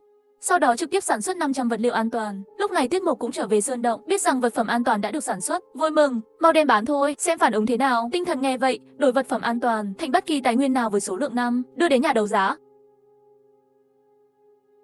Sau cuộc khủng hoảng lợn răng đe, bộ đôi Tuyết Mộc bắt đầu thu thập vật liệu để làm vật phẩm an toàn. Và lúc này cũng có người nhìn chằm chằm vào họ. Khi Tinh thần đưa vật phẩm an toàn lên kệ đấu giá, lập tức có rất nhiều cửa sổ giao dịch thành công bật lên. Chúa ơi, hóa đơn bùng nổ rồi. Hai người kích động nhìn trên màn hình. Màn hình cuộn lên xuống. Thật sự chẳng dễ dàng. Lần này cuối cùng cũng có thể lời biếng rồi. Xem có bao nhiêu gỗ, nếu đủ cho mùa đông, sau này chúng ta có thể nâng cấp nhà. Với vật phẩm an toàn bùng nổ, các nguồn lực mà hai người nhận được nhanh chóng chiếm rất nhiều không gian lưu trữ. Tuyết Mộc lập tức đưa 2 hộp đựng đồ của nhà. Tất cả đều tăng lên 3 sao, 2 hộp vật tư tổng cộng 60 không gian. Gần đủ rồi, vật phẩm an toàn số lượng 500 đã sớm được bán. Cả hai được tặng 1000 đơn vị gỗ, 800 đơn vị đá, ngoài ra còn có các loại thịt 600 kg và hàng chục đơn vị vật tư khác. Chúng ta đây được coi như là phát tài rồi đúng không? Hãy xem tài nguyên của chúng ta chiếm bao nhiêu thứ hạng. Tinh thần lập tức mở bảng xếp hạng. Bên trong có chiến lược của mỗi người, vật liệu và các loại xếp hạng khác. Và trong bảng xếp hạng vật liệu, hai người đứng thứ 40.000 trên thế giới. Mặc dù xếp hạng hơn 40.000, nhưng hiện có 7,2 tỷ người đang sống, cho nên xếp hạng của chúng ta bây giờ cũng khá cao đấy. Gỗ cần thiết trong mùa đông đã có đủ rồi, ngay cả vật liệu dư thừa cũng đủ. Cả hai nâng tất cả các công cụ lên 5 sao. Tiếp theo, Tuyết Mộc liền cân nhắc vấn đề nâng cao sức chiến đấu. Thi thể của quỷ thực thi thì cho mấy con lợn đi. Dù sao bây giờ chúng ta cũng không thiếu thức ăn, đã đến lúc nâng cấp cho chúng rồi. Tổng cộng có 15 thi thể quỷ thực thi, một con heo ăn 5 con, có thể lên đến 2 sao không? Thi thể của người dê đó thì cho bình an. Tôi sẽ mua thêm một ít vật liệu và làm thêm vật phẩm an toàn. Phân công xong, hai người lại bắt đầu bận rộn. Bên cạnh đống xác chết của những con quỷ thực thi, 3 con lợn răng đen đang điên cuồng ăn năng lượng sống của những xác chết này, mà Tuyết Mộc cũng mang bình an đến bên thi thể người dê. Bình an nhìn thấy xong lập tức phấn khích nhảy lên. Trong một thời gian, toàn bộ hang động được cho ăn, và Tinh thần ngồi trước lò sưởi liên tục tinh chế dầu cá và cao su. 2 tiếng nữa, đợt vật phẩm an toàn thứ 2 lên kệ, tình hình bán hàng vẫn nóng, chờ cho đến khi tất cả vật phẩm an toàn được bán hết. Bảng xếp hạng tài nguyên của hai người trực tiếp chen chúc vào 15.000 người, vì số lượng đấu giá hôm nay đã hết. Hai người chỉ có thể ngủ với tâm trạng phấn khích. Sáng hôm sau, Tuyết Mộc liền phát ha, 3 con lợn răng đen và bình an đều tăng lên 2 sao. Với những trợ giúp của mấy con vật nhỏ này, sau này lên núi khám phá cũng càng thêm an toàn. Sau đó hai người phân công lao động, Tinh thần tiếp tục làm vật phẩm an toàn trong hang. Trong khi đó, Tuyết Mộc mang theo vài con vật cưng, dọn dẹp những con thú trong rừng gần đó. Dao ngắn đã tăng lên 5 sao. Một cú chém có 10 điểm tổn thương, đối phó với quái vật 3 sao là đủ rồi. Chẳng mấy chốc Tuyết Mộc đã phát hiện ra một con báo đen 3 sao. Báo 3 sao, lượng máu 35 điểm, động vật ăn thịt hung dữ. Mày đi, thiện ác đến cùng có báo, hôm nay chém mày trước. Nói xong Tuyết Mộc liền hướng về phía hắc báo. Lúc này hắc báo đang cặm một con gà rừng, hôm nay dám ăn gà, ngày mai dám ăn thịt người, nên giết. Tiếng hét bất ngờ khiến con báo sợ hãi. Khoảnh khắc tiếp theo, nó nhìn thấy một con người mang theo mấy con lợn rừng và một con rơi đến trước mặt mình. Tuy nhiên, mấy con dã thú 2 sao còn không đủ để cho nó sợ hãi. Lên, giết nó. Dưới mệnh lệnh mấy con vật lao đến. Trong rừng bỗng nhiên tối tăm. Một vết cắn của báo đen sẽ gây 3 sát thương, nhưng mỗi lần không nhất định có thể trúng cùng một mục tiêu. Nhưng 4 con vật cưng tấn công cùng một lúc, có thể gây 8 sát thương. Chỉ vài giây thôi, hắc báo bị đánh bại. Nhưng nó vừa quay lại thì phát hiện đường sau bị huyết mộc chặn chết. Nó lập tức với sắc mặt hung ác hướng về Tuyết Mộc nhào qua. Đến đi, Tuyết Mộc giơ lên con dao ngắn 5 sao, chém trên đầu hắc báo, 11 điểm tổn thương, trực tiếp khiến cho hắc báo ngã trong máu bắn tung tóe. He, dù sao cũng chỉ có thế. Sau đó, huyết mộc cắt tay chân của hắc báo ra, bỏ vào ba lô, phần còn lại được chia cho vài con vật cưng. Mấy con vật nháo nhào ăn thịt. Huyết mộc mở bản đồ, chuẩn bị tiếp tục tìm kiếm dã thú. Rất nhanh, anh ta phát hiện có 4 chấm đỏ tụ tập ở một chỗ. Người giữ kho báu, giết chúng để lấy 6 con gà lôi trưởng thành. Người giữ kho báu dường như đang ở trên kênh trò cha. Nghe nói sau khi giết là có thể lấy được các vật phẩm khác nhau. Không ngờ tôi cũng có thể gặp được. Sau khi phóng to bản đồ, Tuyết Mộc phát hiện ra đó là 4 con thần lằn, 3 con 1 sao, dẫn đầu thì 2 sao, có độc và mạnh hơn độc của Bình An không phải chỉ cách 1 sao rưỡi, nhưng con 2 sao cũng lạ, dễ giải quyết. Đi về phía kho báu ngay lập tức. 4 con vật cưng phía sau cũng theo sát. Chẳng mấy chốc Tuyết Mộc đã đến bên cạnh mấy con thần lằn, không vô nghĩa. Tuyết Mộc trực tiếp chỉ huy mấy tiểu tử xông lên. Có mấy con vật cưng gây chú ý, Tuyết Mộc trực tiếp giơ dao đá chém mỗi con một nhát, nhanh chóng tiêu diệt hết con thần lằn này. Lấy gà lôi số lượng 6. Tuyết Mộc thông qua giao dịch lấy được vật tư bia, sau đó anh ta cho lợn răng đen ăn quỷ thực thi và mang theo vài con thú cưng đi săn, 5 con gà mái, 1 con gà trống, xem ra sẽ sớm có thể ăn được trứng gà. Lúc này, vài con thú cưng gặm xác thần lằn.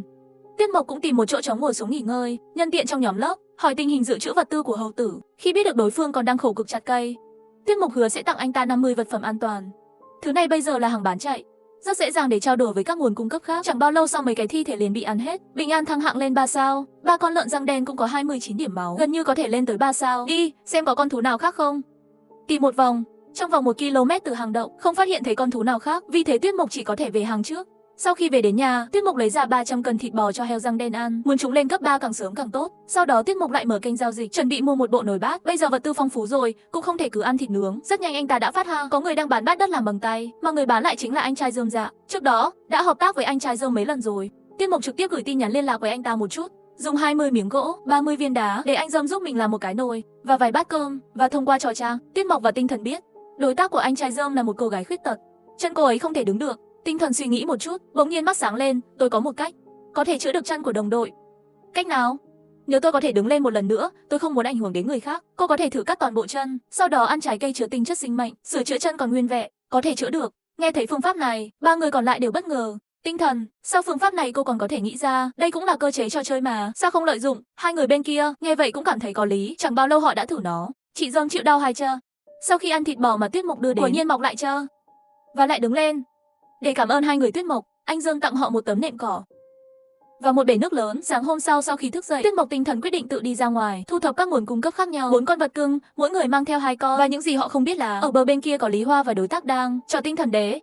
Lúc này Lý Hoa hai người cầm dao ngắn 3 sao, phía sau là 3 con hổ răng kiếm, 2 trong số đó đạt 3 sao. Một cú cắn mạnh sẽ gây 6 sát thương. Ban đầu dự định có một con đến 3 sao là đủ rồi, không ngờ lại có 2 con đều lên đến 3 sao. Cái cô học sinh đại học xinh đẹp đó, hôm nay tôi nhất định phải bắt lấy và chơi đùa thỏa mãn. Anh Hoa, sẽ không xảy ra tai nạn chứ? Sức mạnh chiến đấu của chúng ta xếp hạng trên 95% dân số thế giới. Chẳng lẽ một cô gái đại học còn có thể giỏi hơn chúng ta sao? Người phụ nữ nghe vậy mặt lộ vẻ vui vẻ gật đầu. Sau đó, hai người đi theo dấu vết mà Tinh Thần để lại, đi theo vào rừng. Lúc này Tinh Thần không biết nguy hiểm đang đến gần, cô ấy muốn tận dụng thời gian cuối cùng trước khi mùa đông đến, tìm một ít lá thuốc lá để làm thuốc lá cho Tuyết Mộc. Thuốc lá, cây thuốc lá, thảo dược hàng năm hoặc lâu năm, kết quả mùa hè, dùng để làm thuốc lá. Cuối cùng cũng tìm được, giờ có thể làm thuốc lá cho Tuyết Mộc. Và Tuyết Mộc cũng tìm kiếm những cây khác trong rừng. Ớt nhỏ hoang dã, ớt rất cay. Sau khi sử dụng có thể thúc đẩy lưu thông máu, khó tìm nhất là ớt. Mặc dù số lượng rau dại này không nhiều, nhưng hai người ăn lẩu một bữa, đủ rồi. Sau khi hái những quả ớt trước mắt, sau khi bỏ vào ba lô, Tuyết Mộc bật radar lên để xem Tinh Thần đang làm gì, nhưng anh ta vừa mở, thấy 5 chấm đỏ đang nhanh chóng đến gần Tinh Thần. Sau khi phóng to, Tuyết Mộc lập tức mở to mắt nói, 3 con hổ răng kiếm và một người đàn ông và một người phụ nữ. Tinh Thần vừa nhìn thấy tin nhắn từ Tuyết Mộc, hai người Lý Hoa đã xuất hiện trước Tinh Thần. Cô bé trông thật xinh đẹp. Phục tùng hoặc chết chọn một cái đi. Nhưng Tinh Thần không hề đáp lại, trực tiếp mang theo 2 con heo quay người chạy. 3 con hổ răng kiếm lập tức đuổi theo. Chỉ cần tìm được Tuyết Mộc nhất định có thể đánh bại bọn họ. Hổ răng kiếm liên tục tiêu diệt đến đây. Đại Mao mạnh mẽ sai người đánh bay một con, mới giúp Tinh Thần thoát bao vây. Đại Mao đừng hiếu xie, chạy mau, muốn chạy sao mà chạy thoát được. Nhưng không ngờ cô bé này ngoài ra còn có 2 con bọ 3 sao, thật là bất ngờ. Trong lúc nói chuyện, một bóng đen lướt qua đỉnh đầu Tinh Thần, một con hổ răng kiếm chặn đường cô ấy. Tinh Thần muốn đổi hướng. Phía sau Lý Hoa và người phụ nữ kia đã đuổi theo rồi, chặn đường sau của cô ấy. Sau đó Lý Hoa lấy dao ngắn ra, muốn chém Tinh Thần. Tinh Thần vội rút dao ngắn 5 sao ra chiến đấu. 5 sao làm sao có thể? Người phụ nữ ngu ngốc, lại đây giúp đi. Tuyết Mộc hai người thừa dịp mùa đông lạnh giá trước một ngày, chia ra để tìm nguồn cung cấp cuối cùng. Tinh Thần bị tấn công bởi cướp. Người phụ nữ nghe vậy cũng rút ra dao ngắn chém về phía Tinh Thần. Tinh Thần đang giao chiến với Lý Hoa sẽ không thể tránh khỏi, cũng bị chém vài dao. 2 con sủng vật cố gắng giữ 3 con hổ lại, lúc này cũng không thể tiến lên giúp đỡ. Lý Hoa nắm lấy cơ hội lại chém Tinh Thần một mũi dao. Lúc này Tinh Thần chỉ còn lại 6 điểm máu. Đối mặt với nguy cơ tử vong, Tinh Thần bỗng nhiên bối rối, vốn còn muốn chơi đùa, không ngờ sức mạnh của cô mạnh như vậy, vẫn là chết sớm đi. Nói rồi hắn giơ dao ngắn lên, chuẩn bị giết Tinh Thơ. Trong lúc nguy hiểm, Tuyết Mộc đã giao dịch ngưu bảo. Tinh Thần lập tức nuốt nó vào bụng. Khoảnh khắc tiếp theo, một tia sáng lóe lên xung quanh cô ấy, với áo giáp điên cuồng. Tất cả trạng thái đều đầy. Sau đó, Tinh Thần lập tức cách xa Lý Hoa. Cô đã ăn gì?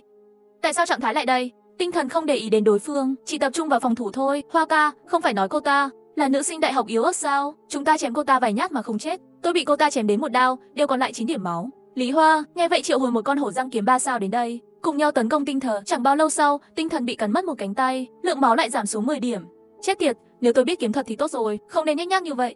Mà Lý Hoa bên này cũng không dễ chịu, con hổ răng kiếm chỉ còn lại một ít máu, nằm trên mặt đất sắp chết. Hắn chính mình cũng bị chém mấy nhát, cũng có chút bản lĩnh, thật sự đánh giá thấp cô rồi, nhưng thế là hết. Nhìn con dao găm đang dần đến gần, Tinh Thần bùng nổ tiềm năng né tránh, tấn công, sau đó quay tay một dao chém vào cánh tay của Lý Hoa. Ngay lúc này, thân ảnh Tuyết Mộc nhanh chóng từ trong bụi cây chạy ra, một cú đá mạnh lên người Lý Hoa, cút đi cho tôi. Lý Hoa bị cú đá bất ngờ này trực tiếp đá bay ra ngoài, sau đó cơ thể va vào thân cây, không sao chứ? Tinh thần kích động lắc đầu. Nhìn thảm trạng của đối phương, Tiết Mộc tức giận vô cùng. Con mẹ nhà nó, cũng may là tôi đuổi kịp. Nhị Mao, Tam Mao, lên! Hai con lợn 3 sao, lợn răng đen lập tức hừ hừ hướng về phía Lý Hoa. Lại là hai con quái vật 3 sao, làm sao có thể? Nhanh chạy đi! Lúc này Lý Hoa thiếu một cánh tay, biết mình không thể đánh bại đối phương, vội vàng quay người chạy xuống núi. Đừng để họ chạy, yên tâm, không chạy được. Tiết Mộc đầu tiên chém mỗi con một nhát, giải quyết 3 con hổ răng kiếm ít máu còn sót lại, sau đó để lại Nhị Mao để bảo vệ tinh thần. Anh ta tự mình nhanh chóng chạy ra ngoài, dựa vào quần áo hoàng dã, anh ta nhanh chóng đuổi kịp Lý Hoa. Chết cho tôi! Lý Hoa căn bản không kịp phản ứng, trực tiếp bị chém chết, ngã trong vũng máu. Người phụ nữ bên cạnh nhìn thấy cảnh này, trực tiếp bị dọa ngốc, bắt đầu điên cuồng cầu xin lòng thương xót, nhưng Tiết Mộc cũng không thể bỏ qua cho cô ta, một nhát giải quyết luôn cô ta, lúc này mới trở về bên cạnh tinh thần. Lúc này tinh thần ăn chút thịt bò nướng, đã khôi phục một số trạng thái. Tiết Mộc cẩn thận bế cô ấy về trong hang. Còn hai người kia thì sao? Chết chưa? Yên tâm, chết hết rồi. Nếu không giết chắc chắn sẽ có hậu quả. Đặt tinh thần lên giường nghỉ ngơi. Tiết Mộc đau lòng nhìn cánh tay bị đứt của cô ấy. Còn đau không? Vừa rồi đau ăn mấy chuỗi thịt bò đã tốt hơn rồi. Nhân tiện, xem tôi chuẩn bị gì cho cô. Nói rồi, Tiết Mộc đã lấy tất cả các loại gia vị và món ăn mà anh ta thu thập được, lấy ra hết. Là lẩu, sao rồi? Có hài lòng không? Hài lòng, tất nhiên là hài lòng. Tôi cũng chuẩn bị đồ cho anh. Anh nhìn xem, thấy 2 điều thuốc mà tinh thần rút ra. Tiết Mộc vui vẻ, bỗng nhiên nghĩ, thứ này tốt, không đủ thời gian, tôi chỉ làm 2 cái. Nhưng thuốc lá còn rất nhiều, sau này còn có thể làm. Sau đó hai người ăn một bữa lẩu thật ngon, sau đó nằm trên giường nghỉ ngơi. Khi đêm đến, nhiệt độ bên ngoài bắt đầu giảm mạnh, một vài con côn trùng và những con vật nhỏ được thuần hóa, tất cả đều tụ tập lại với nhau để sưởi ấm. Hai người Tiết Mộc nằm trên giường bị đông lạnh đến không ngủ được. Mới đầu mà lạnh quá, xây thêm một trại nữa đi. Được. Khi một trại khác được đốt cháy, nhiệt độ trong hang chỉ tăng lên một chút. Lúc này bên ngoài hang động đã có tuyết rơi dày đặc, hai người dựa vào nhau ngủ say. Sáng hôm sau, Tiết Mộc bị đánh thức bởi tin nhắn từ hầu tử. Tôi đã gia nhập một liên minh. Liên minh nào? Liên minh mà tôi tham gia được gọi là thế giới ngầm. Không tham gia thì phang tôi, nghe có vẻ không giống một liên minh tốt. Anh tự chú ý an toàn, yên tâm đi. Bên kia yêu cầu tôi cung cấp cú và đá, nghe nói họ đang tổ chức một cuộc tiêu diệt. Tài nguyên của người tiêu diệt ít nhất xếp hạng trong top 20.000 thế giới, hàng đầu thế giới. Điều đó không phải tương tự như xếp hạng của chúng ta sao? Đúng rồi, nghe nói người bị tiêu diệt, người đó còn nuôi 3 con lợn và 1 con chó biết bay, trên tay còn cầm dao đá 5 sao. Kỳ lạ, tôi không dám mơ. Bây giờ lại có người giàu có như vậy. Tiết Mộc đến vào thời điểm quan trọng, giết 2 tên cướp, thành công cứu tinh thần. Khi trở lại hang, nhiệt độ nhanh chóng giảm xuống 0 độ. Nghe nói vậy Tiết Mộc và tinh thần đều ngạc nhiên. 3 con lợn và chó biết bay, dao đá 5 sao, tinh thần sẽ không trùng hợp như vậy phải không? Có lẽ đó là chúng ta. Chắc là Lý Hoa trước khi chết chia sẻ vị trí cho thế giới ngầm đó và thông tin của chúng ta. Sau khi Tiết Mộc thông qua hầu tử, cũng thuận lợi gia nhập vào liên minh này. Bởi vì Lý Hoa không biết ID của hai người Tiết Mộc, cho nên Tiết Mộc cũng không lo lắng thân phận bị bại lộ. Vừa vào nhóm, Tiết Mộc liền nhìn thấy thủ lĩnh Anh Long đang tổ chức hành động. Người đó ở trong rừng hoàng hôn, cách chúng tôi 50 km. Khi mùa đông qua đi, tôi sẽ phát xe trực tiếp cho các người, đến lúc đó cùng nhau tiêu diệt hắn dọc theo sông. Tuy nhiên, nhiều người trong nhóm không muốn hành động. Đã phàn nàn rồi, anh Long, em trai anh chết rồi, không cần phải kéo chúng tôi vào đâu. Người đó có dao ngắn 5 sao. Chém một chút, mất 11 điểm máu, 2 lần là tôi chết rồi. Chúng tôi phải có một số lợi ích khi làm việc với anh. Đồ tôi không muốn, người chết rồi, các người tự chia đồ, tôi chỉ cần trả thù cho em trai tôi. Sau khi đưa ra điều kiện như vậy, cuối cùng có 10 người đồng ý tham gia sự kiện này. Tiết Mộc hai người nhìn thấy tin tức này, sắc mặt đều u ám. Tiết Mộc phải làm sao? Họ phải đợi đến khi mùa đông kết thúc mới đến tìm chúng ta. Bây giờ bên ngoài lạnh như vậy, họ không thể ra ngoài thu thập đồ tiếp tế, nhưng chúng ta có thể đào đá trong hang, tận dụng thời gian này để tăng cường sức mạnh trước đi. Được, anh cũng khá đáng tin. Hai người vừa thương lượng xong biện pháp đối phó, bỗng nhiên nghe thấy tiếng đập cửa dồn dập. Tình huống gì? Lại có quái vật đến đập cửa. Bật dây đang ngay, chỉ thấy cửa ngoài đứng một dã nhân thân hình cao lớn, có một con thú phía sau anh ta. Dã nhân hình quái vật 5 sao. Lượng máu trên mỗi lít tăng 2 điểm. Hiện tại lượng máu là 68 điểm. Cả hai đều ngạc nhiên, gã này gần 6 sao rồi, nếu không thì làm sao có thể có 68 điểm máu. Nhưng mà nói, làm sao tên này có thể đuổi theo chúng ta? Gã to con này chắc là muốn vào qua mùa đông. Có lẽ anh ta đã để ý đến nơi này từ lâu rồi, chúng ta chắc chắn không đánh được, chúng ta phải tìm cách đưa anh ta ra khỏi đây. Bình an, may chui qua cái lỗ trên đỉnh, dẫn gã to con này đi. Rơi đầu trò dưới sự chỉ huy của Tuyết Mộc, nhặt một khúc gỗ đang cháy, ra khỏi hang và bay vào đầu tên màn dợ, trực tiếp để gỗ rơi xuống, tóc và lông mày của người dã man lập tức bốc cháy. Anh ta hét lên vội vàng, nhặt đống tuyết lớn ném vào đầu mình. Sau đó anh ta nhảy lê, đánh cho Bình An một gậy. Bình An lập tức bị đánh bay ra ngoài, chừng 12 điểm máu. Ngay khi tên man dợ chuẩn bị tiếp tục truy đuổi Bình An, đại địa bỗng nhiên bắt đầu run rẩy, sau đó tuyết trên đỉnh núi nhanh chóng rơi xuống. Nhìn thấy cảnh tượng kinh khủng này, kẻ dã man nhanh chóng chạy trốn và biến mất vào dây đa. Cuối cùng cũng ra đi. Phải, và anh chàng này có vũ khí, cũng không biết lấy cây gậy ở đâu. Tôi cảm thấy nó có thể đánh bật bộ não của tôi ra. Sau khi cuộc khủng hoảng kết thúc, hai người đứng dậy ăn chút gì đó, nhân tiện mở kênh trò chuyện để xem tin tức. Kết quả họ phát kênh trung tâm thành phố, rất nhiều người đã bị tấn công bởi những kẻ man dợ. Cứu, ai đó cứu bạn tôi. Hắn bị bọn man dợ bắt đi. Dã nhân, có cả một bộ lạc, tôi sắp bị nướng thịt rồi. Cứu tôi với, nếu bạn bị phát hiện bởi những kẻ man dợ, hãy chạy trốn càng sớm càng tốt. Hắn sẽ quay lại gọi bạn đồng hành. Sau đó, Tiết Mộc anh xem, người hoàng gia đó có bộ lạc, không biết có bao nhiêu người trong một bộ lạc man dợ. Tôi thấy rồi, và một số người nói rằng những kẻ man dợ sẽ gọi bạn bè của họ. Hỏi người này đi. Rất nhanh Tuyết Mộc đã liên lạc được với người sống sót. Sau khi hỏi một chút đã biết, đối phương từng may mắn thoát khỏi sự tấn công của một người hoang dã. Nhưng ngay sau đó, bọn man dợ đã mang theo một nhóm bạn và bắt bạn của hắn đi. Nghe thấy tin tức này, hai người đều không khỏi thở dài. Họa này chưa qua lại có họa khác. Có vẻ như chúng ta phải ra ngoài và tìm cách khác. Chúng ta bảo con cú đi kiểm tra xung quanh trước đi. Sau đó tinh thần ra lệnh cho con cú, để nó bao quanh phạm 6 giới hạn của ngôi nhà 1 km, quay một vòng để mở rộng phạm 6 khám phá. Ngay sau đó dây đa di chuyển. Trên màn hình cũng hiển thị nội dung mới. Một khu rừng gồm những nhóm nấm khổng lồ, chôn giấu một số bí ưa. Các vị vua cổ đại được chôn ở đây. Nấm lớn như vậy, không biết có ăn được không? Chắc là không được, nhưng dường như có một số bí mật ở nơi này. Nơi này xa quá, khoảng cách 2 km, nếu có phương tiện giao thông, hoặc có thể đi bộ cũng không thành vấn đề, nhưng địa hình trên núi này rất phức tạp, cả đi cả về sẽ mất tận một ngày trời. Đúng rồi, chúng tôi không phải có xe mỏ sao? Và bản vẽ sản xuất đường quỹ đạo. Tiết Mộc hai người bị dã nhân tấn công, mặc dù đuổi hắn đi, nhưng vị trí hang động đã bị lộ. Tiết Mộc quyết định tìm một ngôi nhà mới. Tiết Mộc lập tức chuyển bản vẽ của đường dây và xe mỏ, lấy ra dùng. Quỹ đạo, 1 mét đường dây cần 1 đơn vị gỗ. Xe mỏ cần khối sắt số lượng 5, đá khối lượng 5 và chất tối số lượng 1. Theo giới thiệu, chỉ cần những nơi đã khám phá, có thể trực tiếp trên bản đồ để xây dựng quỹ đạo. Con đường từ chỗ chúng ta đến rừng nấm khổng lồ, khoảng cách gần nhất là 3.500 mét, đó là 3.500 đơn vị gỗ. Cứ tưởng chúng ta đã giàu rồi. Kết quả là thậm chí không thể xây dựng một đường dây. Sau đó hai người thương lượng, hay là thông qua bán vật phẩm an toàn để đổi lấy vật liệu, nhưng vì mọi người đều đang trải qua mùa đông, vật liệu nhận được có hạn, cuối cùng chỉ có thể sản xuất được 1.000 vật phẩm an toàn. Cô bán 800 cái trước đi, tính theo giá của 5 miếng gỗ, cũng có thể nhận được gần 4.000 đơn vị gỗ. Tôi đến để mua một số quần áo chống lạnh. Sau khi phân công xong, Tiết Mộc lập tức lục tung quần áo trên kênh giao dịch, bởi vì rất nhiều bản vẽ có thể được sử dụng lại. Mở khóa xong là có thể bán lại, cho nên giá cả cũng không đắt. Sau khi mua một vài bộ quần áo phù hợp, Tiết Mộc phát ha, những bộ quần áo chống lạnh này đều cần len và lụa, lông cừu vẫn ổn, có thể trực tiếp lấy một ít từ con cừu nhỏ. Lấy lụa này ở đâu? Tìm kiếm trên kênh chat. Phát hiện có rất nhiều người bán con tằm. Sau khi hỏi giá từng người một, cuối cùng Tuyết Mộc dùng 20 cân thịt đổi thành 20 con tằm nằm. Tằm nằm sẽ nhổ lụa. Tằm chỉ cần có thức ăn là có thể luôn nhả tơ. Hóa kén không thành bướm, sau khi hóa kén sẽ lớn lên 1 tuổi. Tuổi càng lớn, càng nhiều lụa. Càng ăn nhiều, tốc độ hóa kén càng nhanh. Mẹ ơi, càng ăn nhiều càng phát triển tốt hơn, nhả tơ càng nhanh. 1 cân thịt bò đổi 1 con tằm, không đắt đâu. Đặt những con tằm nằm này lên bàn và nuôi chúng, cho chúng thêm một ít lá dâu tằm và thịt bò. Các con tằm bé lập tức trèo lên thịt bò và ăn ngon, rất tốt, rất năng động. Sau đó, sau 2 ngày chuẩn bị, quần áo và vật liệu để làm quỹ đạo, cuối cùng cũng sẵn sàng. Mọi thứ đã sẵn sàng, hãy bắt đầu sản xuất. Được rồi. Tiết Mộc trên bản đồ, vẽ đường từ hang động đến rừng nấm khổng lồ. Đường dây hoàn thành. Chiều dài quỹ đạo 3,5 mét. Cần 3.500 đơn vị gỗ.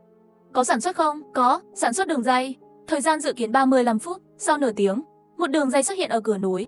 Hình dạng của đường dây tương tự như đường sắt. Hai người nhìn qua cổng một lúc, lại bắt đầu sản xuất xe mỏ. Xe mỏ cần khối sắt số lượng 5, đá số lượng 5 và chất tối số lượng 1. Có nên sản xuất không? Có. 1 giây sau, một chiếc xe mỏ màu đen xuất hiện trong ba lô. Trong xe còn có một cái cần điều khiển, dùng để điều khiển 2 hướng trước và sau. Được rồi, bây giờ xe mỏ và quần áo ấm đều có. Đến rừng nấm khổng lồ xem đi. Hai người mặc quần áo ấm mới ra khỏi hang. Thế giới bên ngoài phủ đầy tuyết, hầu như không nhìn thấy các màu khác. Lên xe. Hai người ngồi đối diện nhau trong xe mỏ. Tiết Mộc điều khiển cần điều khiển để đẩy về phía trước, xe mỏ lập tức chạy về phía trước. Tiết Mộc, nếu như bên kia tài nguyên phong phú, chúng ta có thể xây thêm một ngôi nhà nữa, không thể tập hợp tất cả các nguồn lực lại với nhau. Tôi hiểu. Đi xem trước đi. Khi xe mỏ chạy vào rừng nấm khổng lồ, tất cả những gì được thấy là những cây nấm cao chót vót. Tiết Mộc, nhìn cây nấm kia giống như một tòa nhà, cứ vài mét lại có một cây nấm mới mọc ra. Tiết Mộc nhìn về hướng tinh thần chỉ, phát hiện thấy loại nấm này có rất nhiều, một trong số đó giống như một tòa nhà cao tầng. Hãy xem một ngôi nhà thứ hai ở đây. Biến cây nấm đó thành nhà của ta thì sao? Được, vậy chúng ta dừng lại xem sao. Ngay sau đó chiếc xe đẩy dừng lại. Hai người cẩn thận đi đến đầu nấm khổng lồ kia. Nấm nhiều mây sẽ được xếp lớp. Nấm khổng lồ mọc thêm một lớp mỗi năm 10 tuổi. Nấm nhiều mây này thật là thô. Chỗ ở 4 phòng 2 sảnh chắc chắn là đủ rồi. Hai người lấy ra dao ngắn liền bắt đầu chém, nhưng cây nấm này cứng như sắt, làm cho hai người đều rung đến tê tay. Má ơi, đây vẫn là nấm sao? Sao cứng thế? Bình thường, cây nấm nhiều mây này rất lớn, mật độ của nó chắc chắn rất lớn, nếu không đã sớm sụp đổ rồi. Hai người phải lấy ra cuốc bắt đầu đào. Sau lúc lâu cố gắng, cuối cùng đào được một đường hầm dài 10 mét. Gần xong rồi, hãy xây dựng một ngôi nhà thứ hai ở đây. Được, Tiết Mộc ngay lập tức tiêu thụ vật tư, bắt đầu xây dựng ngôi nhà thứ hai. Sau nửa giờ chờ đợi, ngôi nhà nấm cuối cùng đã hoàn thành. Sáng mai chúng ta quay lại chuyển đồ đến đây. Ngôi nhà bên kia có thể trở thành một cái bẫy. Nhà đó không cần nữa sao? Vị trí đó đã bị lộ rồi, đến lúc đó người ta đến chém chúng ta, thật khó đối phó. Tốt hơn là làm một cái bẫy để bẫy chúng. Mê mơ. Được, hai người lập tức ra khỏi phòng nấm, nhưng vừa mới ra ngoài, họ gặp một cây nấm không thể xác định được. Sau khi giao dịch đủ nguồn cung cấp, Tiết Mộc và hai người xây dựng đường dây và đến rừng nấm khổng lồ và xây một ngôi nhà mới ở đây. Tiết Mộc, cây nấm đó lạ quá. Sao không xác định được, có phải là loài mới không? Hai người vừa đến gần, nấm lập tức mở mắt và miệng đỏ tươi. Sau đó nhảy lên, nhảy ra khỏi tuyết và chạy về phía hai người. Hai người vội vàng chạy trốn, nấm đen đuổi theo phía sau. Cái quái gì thế này? Nấm có chân dài, còn ăn người, cái loại không biết này. Lần sau đừng đến quá gần, sắp đến xe mỏ rồi. Về hang thôi. Hai người chạy hết cỡ, sau đó lao đầu vào xe mỏ. Tuyết Mộc nhanh chóng kéo cần điều khiển, lái xe mỏ về hướng hang động. Nấm đen đuổi theo phía sau một lúc, phát hiện mình không đuổi kịp, vì vậy trực tiếp cắm rễ tại chỗ, trồng mình nửa đường. Gã đó tự trồng mình vào đường ray rồi. Không đuổi kịp là được rồi, nấm không có tay. Lần sau chúng ta sẽ đi thẳng qua, nó có thể không ngăn được chúng ta. Sau khi trở về hang, Tuyết Mộc hai người đặt tất cả mọi thứ bên trong vào ba lô, sau đó chế tạo thêm 2 xe mỏ nữa. Sau khi chế tạo xong, khi mọi thứ đã sẵn sàng, Tuyết Mộc đào đống đá của hang động thứ 3 ra. Lúc đi còn để 20 cân thịt trong hang, để thu hút những con rơi đầu chó. Lại đến rừng nấm khổng lồ, nấm đen đó sau khi xe mỏ đi qua, mới phản ứng lại, sau đó đuổi theo điên cuồng phía sau xe mỏ. Thấy không đuổi kịp, nấm kia một lần nữa lại chồng mình xuống. May mà gã đó ngốc. Trở về nhà nấm, hai người dọn dẹp nhà cửa. Lúc này hệ thống bỗng nhiên phát ra gợi ý, khi thảm họa trở thành quá khứ, đừng xem nhẹ. Điều đó có nghĩa là thảm họa tiếp theo sắp xảy ra, trở thành chủ nhân mới của hành tinh. Và thảm họa tiếp theo, không biết thảm họa tiếp theo là gì. Hesi, cứ ổn thỏa trước đã, tương lai không phải còn có tôi sao? Sau khi ăn chút gì đó, hai người tiếp tục để dây đa cú dò tìm vòng xung quanh. Môi trường dần được khám phá cùng với bản đồ xung quanh. Một vài chấm đỏ xuất hiện trong tầm nhìn của hai người. Tinh thần, nhìn kìa, phát hiện thấy dấu vết của sinh vật. Không ngờ trời lạnh như vậy còn có động vật. Trong ảnh có mấy hầu tử lưng bạc, chúng đang đào cái gì đó trong tuyết. Bọn này đang đào cái gì vậy? Có thể đang tìm thức ăn, nhưng số lượng này quá nhiều. Hãy cố gắng tránh những kẻ này. Lúc này tin nhắn riêng bỗng nhiên bật ra, anh bạn nhỏ. Có thịt không? Có thể chia ít không? Các người không có gì để ăn. Cũng không, chỉ là những gì tôi tích trữ về cơ bản đều là chay và hơi thèm thịt. Thịt có thể cho anh 10 cân, khi nào mùa đông kết thúc vẫn chưa biết. Nhiều hơn cũng không thể cho anh nữa. Cảm ơn anh bạn, nhân tiện, chia sẻ cho anh một tin tức. Tin gì? Xung quanh mỗi ngôi nhà sẽ có mật cảnh. Thời gian là 0 giờ. Lối vào bí mật là màu trắng. Cứ 30 ngày có thể tiến hành khám phá một lần. Nhận phần thưởng. Xếp hạng càng cao, phần thưởng càng tốt. Phần thưởng, xếp hạng, đúng rồi, tôi cũng nghe em trai tôi nói, bởi vì cậu ấy đã gặp được, cảm ơn vì đã chia sẻ. Vậy tối nay chúng ta canh một chút xem sao. Sau khi đóng cửa sổ hai người liền yên lặng chờ đợi. Đến 0 giờ tối, hai người đón gió tiết ra ngoài kiểm tra. Họ không dám đi xa, chỉ tìm kiếm gần nhà nấm. Ngay sau nhà, phát hiện thấy một vòng tròn ánh sáng trắng. Đây chắc là lối vào bí mật rồi. Tuyết Mộc tiện tay lấy một quả cầu tuyết từ trên mặt đất, ném vào. Khi quả cầu tuyết biến mất, ngay sau đó là tiếng rơi xuống đất. Hình như bên trong là một không gian khác. Hai người lập tức bước vào.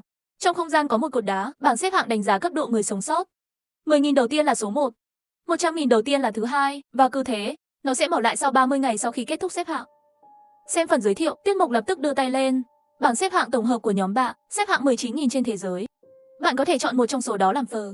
Thường, chúng ta chọn gì, nếu không chúng ta đánh cược. Rốt cuộc, bây giờ chúng ta chỉ có thể xếp thứ hai. Đặt cược xem có thể nhận được tài nguyên tốt hơn không. Tinh thần do dự một lát mới gật đầu nói, được, nghe anh. Tuyết Mộc nhấn nút thứ 7. Sau đó một luồng ánh sáng đầy màu sắc liên tục nhấp nháy. Tôi muốn đổi tuổi thọ 5 năm của anh Long lấy 1%. Chúc mừng bạn đã nhận được tất cả các tài nguyên chê và số lượng tăng gấp đôi. Nhìn vào các gợi ý liên tục bật lê, hai người đầu tiên sửng sốt, sau đó là sự sung sướng. Mẹ ơi, hình như giao dịch thành công rồi. Chúa ơi, tất cả hàng hóa tăng gấp đôi, chúng ta phát tài rồi. Sau khi hai người trở về nhà nấm, đầu tiên là mở hộp đựng đồ, bởi vì có quá nhiều vật tư. Một phần của phần thưởng đặt trực tiếp vào hộp đựng đồ. 2 thanh sắt 5 sao là kiếm sắt và rìu sắt. Sau này hiệu quả thu thập của chúng ta sẽ cao hơn. Ngày hôm sau hai người quan sát bản đồ như thường lệ, phát hiện thấy đám tinh tinh đó vẫn đang đào. Rất nhanh một cái dương đã bị bọn chúng đào ra. Tuyết Mộc, nhìn kìa, là hộp vật tư 3 sao đó. Thật là hộp vật tư nè, nhưng chúng ta không đánh lại được. Nghĩ cách nào đi, nếu có thể nhận được, có lẽ nó sẽ giúp ích cho lần đánh giá tiếp theo. Tuyết Mộc hai người nguy hiểm vô cùng trở về sơn động, giữ tất cả vật tư. Sau khi thả rơi trong hang ra, lại một lần nữa trở lại rừng nấm khổng lồ. Tuyết Mộc, nhìn kìa, là hộp vật tư, còn là 3 sao nữa cơ. Thật là hộp vật tư nè, nhưng chúng ta không đánh lại được. Nghĩ cách nào đi, nếu có thể nhận được, có lẽ nó sẽ giúp ích cho lần đánh giá tiếp theo. Nói rồi, tinh thần, kiểm tra tư liệu của những con tinh tinh này. Động vật xã hội, coi võ là chủ. Sợ đau. Tuyết Mộc, nhóm tinh tinh này coi trọng sức mạnh, anh có thể đấu với thủ lĩnh của chúng. Tuyết Mộc nghe xong mặt đầy dấu hỏi. Lúc này, những người tinh tinh đó đang cầm đá tảng đánh nhau. Nhìn nó khiến người ta rùng mình. Đừng sợ, tôi có cách. Cách nào? Những con này sợ đau. Anh cầm thanh kiếm 5 sao, chém một nhát sẽ khiến chúng mất 16 điểm máu, chắc nó đau lắm. Và chúng ta có thể dùng khối sắt làm mấy cây kim sắt. Đến lúc đó anh tìm cơ hội cắm vào móng tay của nó. Nhìn tinh thần cười. Tuyết Mộc có chút lo lắng. Tinh thần, trông cậu thật đáng sợ. Rất nhanh, tinh thần đã dùng bàn rèn luyện 2 cây kim sắt. Sau khi giao cho Tuyết Mộc, hai người đi về hướng nhóm mấy con tinh tinh. Rất nhanh, họ nhìn thấy 10 con tinh tinh cao lớn. Một trong những con tinh tinh còn dẫn đầu 3 sao, mắt tinh, mấy cấp dưới bên cạnh há, lập tức vây quanh Tuyết Mộc. Tuyết Mộc không để ý đến những tiểu đệ này, anh ta chỉ thủ lĩnh. Sau đó vừa đấm ngực vừa tức giận, thỉnh thoảng còn nhảy 2 lần để nâng những bông tuyết lớn lên. Những con tinh tinh xung quanh nhìn thấy vậy một lúc cũng không xông lên, ngược lại đều quay đầu nhìn về phía thủ lĩnh. Thủ lĩnh bị khiêu khích, bước tới trước Tuyết Mộc, hét lớn với anh ta, mẹ ơi, bao lâu rồi mày chưa đánh răng? Nói xong Tuyết Mộc lấy ra thanh kiếm sắt chém về phía thủ lĩnh, mà tên thủ lĩnh kia phản ứng cực nhanh, một cú đấm trái tay đánh Tuyết Mộc bay ra ngoài. Sau đó nó vui vẻ một trận đập ngực, các tiểu đệ xung quanh cũng cổ vũ, nhưng ngay sau đó Tuyết Mộc lại đứng lên. Mụ nó, không cắt được còn bị tát một cái, may mà chỉ mất 3 điểm máu. Tiết Mộc cất thanh kiếm đi, cầm 2 cây kìm sắt trong tay, chạy về phía con tinh tinh thủ lĩnh một lần nữa. Vị thủ lĩnh kia thấy vậy giơ cánh tay lên cao, sau đó đập mạnh xuống. Tiết Mộc cũng không trốn tránh, trực tiếp bám vào cánh tay con tinh tinh, ngay lập tức kìm sắt đâm mạnh vào móng tay trên tay. Khoảnh khắc tiếp theo, thủ lĩnh tinh tinh kia đau đớn kêu khóc, cơ thể cũng không kiểm soát được. Tiết Mộc nhân cơ hội chém liên tiếp 3 thanh kiếm, trực tiếp chém chết nó tại chỗ. Những con tinh tinh xung quanh đều chết lặng, sợ đến mức đưa tay ra sau lưng. Sau khi phát hiện Tiết Mộc nhìn về phía mình, chúng vội vàng cúi đầu xuống. Tiết Mộc, làm tốt lắm, những con này cúi đầu xuống có nghĩa là đầu hàng. Sau này nó sẽ là tiểu đệ của anh. He he, thật tuyệt vời. Sau đó 2 người đến hố đất hộp vật tư 3 sao. Mau mở ra xem có thứ gì tốt không. Chiếc dương này lạ quá, sao lại làm bằng gỗ, hơn nữa còn không xác định được, không rõ ràng. Mở ra xem trước đi. Sau khi cẩn thận mở nó ra, 2 người phát ha, bên trong chỉ có một cuốn sổ nặng, nhật ký may mắn. Nhật ký may mắn là gì? Trước tiên cất đi, quay lại xem kỹ sau. Tiết ngày càng lớn. Tiết Mộc gật đầu và bỏ nó vào ba lô. 2 người lập tức quay người đi về, và phía sau họ, mấy con tinh tinh đều theo kịp. Cái quái gì thế? Làm thế nào mà một đám này lại đi theo? Họ nghi anh là lão đại, bọn nhỏ không đi theo anh thì đi theo ai? Được rồi, để họ đi theo. Tiết Mộc vẫy tay để tinh tinh đến gần. Sau đó chọn một con to lớn. 2 người trực tiếp ngồi trên lưng nó, xuất phát. Dưới sự chỉ huy của Tiết Mộc, Tinh Thần, 2 người cùng nhau đi về phía ngôi nhà nấm, mà Tinh Thần cũng nhân cơ hội kiểm tra nội dung của sổ ghi chép. Bên trong ghi lại một người, quá trình được gửi đến Tinh Thần chết để tồn tại, và thảm họa mà họ trải qua là nhiệt độ cao. Ngay sau đó nhóm Tinh Tinh đã đến ngôi nhà nấm. Tiết Mộc để Tinh Thần về nhà nghỉ ngơi trước, và anh ta phát hiện thấy một cây nấm khổng lồ ở bên cạnh, tạo lại một ngôi nhà. Cho mấy con tinh tinh vào bên trong, lúc đi lo lắng chúng đói. Cho mỗi tinh tinh một ít thức ăn. Tinh tinh ngơ ngác, nhìn vào phòng thoải mái và thịt tươi. Trong lòng càng công nhận người mới này. Sau khi trở về phòng, 2 người Tiết Mộc nhanh chóng chìm vào giấc ngủ. Nhưng vào sáng sớm, Tiết Mộc bỗng nhiên tỉnh dậy, kỳ lạ, vừa rồi bên ngoài cửa sổ có cái gì vậy? Tiết Mộc lập tức bật radar lên. Tuy nhiên, không có chấm đỏ trên bản đồ, không có dấu vết sinh vật, vẫn không yên tâm. Tiết Mộc phóng to hình ảnh xung quanh nhà, kiểm tra cẩn thận. Ngay sau đó anh ta phát hiện thấy một đàn sói trắng, chúng hợp nhất với tuyết xung quanh, và dường như có rất ít nhiệt. Vì vậy, radar dựa vào nhiệt để phát hiện sinh vật, không phát hiện thấy. Tinh Thần, mau dậy, chúng ta bị bao vây. Tinh Thần bỗng nhiên thức dậy. Tiết Mộc mô tả tình hình bên ngoài cho cô ấy một lần. Những con sói này không tấn công, có thể là ngửi thấy mùi của tinh tinh lưng bạc, hoặc chúng đang chờ đợi điều gì. Tiết Mộc sau khi giết chết tinh tinh thủ lĩnh, vô tình trở thành thủ lĩnh mới. Đêm đó, nhà nấm của họ bị đàn sói bao vây. 2 người nhìn xuống từ tầng 2, lúc này nhà nấm đã bị sói tuyết bao vây, và ở phía xa còn có một đàn sói xám cỡ lớn hơn, cũng đang trên đường đến đây, còn 10 con nữa, và kích thước cơ thể lớn hơn. Những con sói này chắc là dò thám. Những con sói xám đó mới là chủ lực tấn công. Anh xem, chúng đều là quái vật 3 sao. Lúc này sói xám cộng với sói tuyết tổng cộng có khoảng 25 con, 3 sao có 15 con. Cả hai không thể đánh bại được. Có lẽ chúng ta có thể nhờ tinh tinh lưng bạc giúp. Nói rồi Tiết Mộc kêu kỳ quái mấy tiếng. Cách đó không xa, đám lưng bạc nghe thấy tiếng gọi, đầu hướng lên trời gọi đáp lại Tiết Mộc. Xem ra chúng vẫn nhận tôi là lão đại. Tinh Thần, chúng ta đi thẳng lên đi, trước khi sói xám đế, hãy xử lý đám con sói này trước đã. Được, vừa nói xong, Tiết Mộc nhảy thẳng từ tầng 2 xuống, kiếm sắt 5 sao ra tay, trực tiếp chém chết một con sói tuyết 1 sao. Những con sói tuyết khác bị quấy dày, đang hướng về Tiết Mộc gào điên cuồng, nhưng lại do dự tiến lê. Và những con lưng bạc được triệu tập bởi Tiết Mộc lúc này cũng từ phòng nấm xông ra. Lũ sói nhìn thấy vậy lập tức vây quanh. Một trong những con sói tấn công dữ dội, nó bay lên không trung, cố gắng cắn lấy lưng bạc, kết quả bị lưng bạc đấm bốc bay ra ngoài. Sau đó lũ sói chạy đến tấn công Tiết Mộc. Nhưng những con tinh tinh bảo vệ Tiết Mộc ở giữa để anh ấy không bị sói tuyết bao vây. Rất nhanh Tiết Mộc lại chém chết một con sói tuyết 2 sao, nhưng có mấy con tinh tinh cũng vào trạng thái xé máu. Mày, đi đi, đánh nữa thì mày sẽ chết đấy. 2 con tinh tinh bị Tiết Mộc chỉ kia, vẫy tay ngay lập tức, lấy thân cây và nhảy lên cây nấm. Số lượng sói tuyết dưới sự tấn công của Tiết Mộc và lưng bạc chỉ còn lại vài con. Những con sói còn lại nhìn thấy Tiết Mộc và những con tinh tinh khác, sau đó không cam lòng chạy trốn. Tiết Mộc không đuổi theo, thay vào đó kiểm tra lượng máu của các tiểu đệ. Ngoại trừ 3 con lượng máu vẫn khỏe mạnh, hầu hết chỉ còn nửa máu, còn 3 con nữa chỉ còn 3 điểm máu. Cũng may là chưa chết. Tinh tinh nhìn xác sói máu trên mặt đất, nhận ra mình đã thắng trận lớn, từng con một phấn khích đập ngực. Hét lên, được rồi, yên lặng đi, nhanh chóng nhặt những thi thể này lên, đưa tôi nhảy lên cây nấm. Những con sói xám đó đang đến. Mất một ít thời gian, đám tinh tinh cuối cùng cũng hiểu mệnh lệnh, mang theo Tiết Mộc và xác của Tuyết Lang, nhảy lên một cây nấm cao 2 tầng. Chúng mày trước tiên ăn xác của Tuyết Lang để hồi phục chút máu đi. Khi Tiết Mộc mở miệng, mỗi con ôm một xác sói tuyết. Ăn chúng. Tiết Mộc để xây dựng uy tí, cũng chọn mấy cái xác sói tuyết để móc đầu ra, lấy não và mắt bên trong ra, cứ thế nuốt luôn. Cảnh tượng này khiến những con lưng bạc bên cạnh giật mình. Chúng ăn xác chết là ăn thịt, nội tạng và đầu không ăn. Hừ, một kế hoạch nhỏ sẽ trấn áp lũ dã thú chúng mày. Ăn nhanh cho tao, không ăn xong thì bị đánh. Mấy con tinh tinh bị dọa sợ, ngay lập tức bắt đầu ngấu nghiến.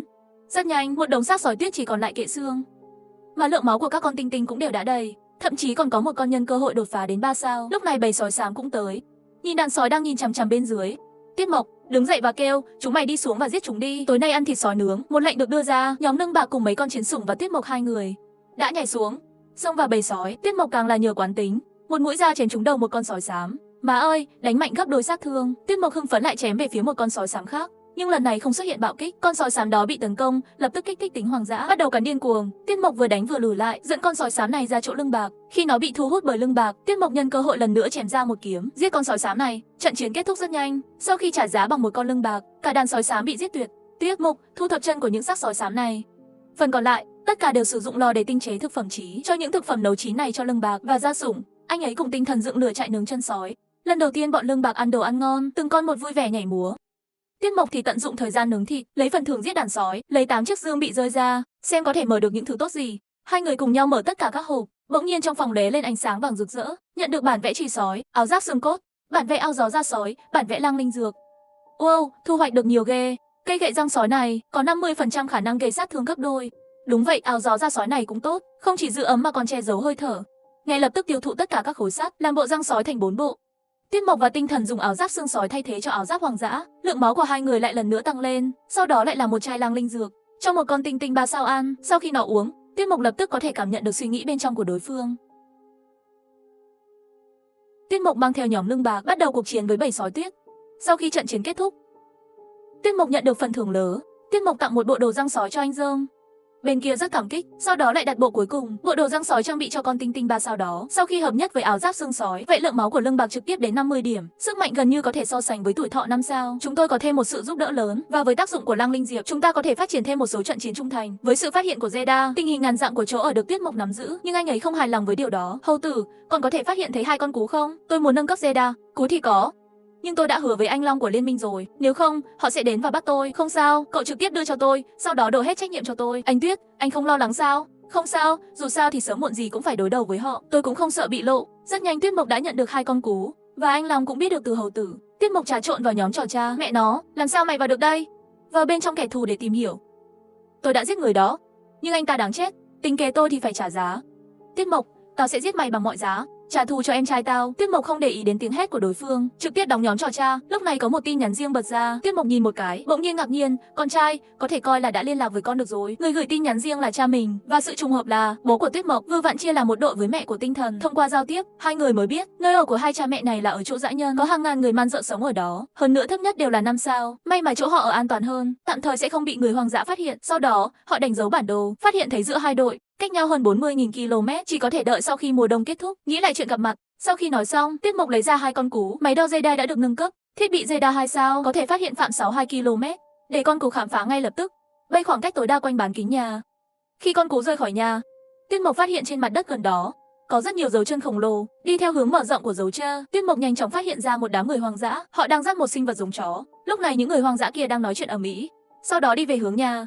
Khi cú bay về phía khoảng cách giới hạn, phía sau không thể nhìn thấy tình hình thực tế của người hoang dã, Tiết Mộc lập tức để các con bạc trèo lên nấm, kiểm tra mọi nơi. Chẳng bao lâu sau, một con lưng bạc ở trong lòng gọi Tiết Mộc. Cái gì? Có 10 tên man dợ đang đến gần, hơn nữa là 7 tên 5 sao, 3 tên 4 sao, chúng ta không thể đánh bại những người hoang dã này phải không? Tinh thần, đóng gói đồ đạc và chạy đi. Hai người lập tức đem đồ đạc trong nhà bỏ vào ba lô, sau đó mang theo gia sủng và đám lưng bạc chạy trốn. Lúc này đám người hoang dã đã đến gần đó, thấy một đoàn người xuất ha, lập tức đuổi theo. Chết tiệt, làm sao những tên này phát hiện thấy chúng ta? Chắc là con chó kỳ lạ đó, nói không chừng khiến họ có thể ngửi thấy chúng ta.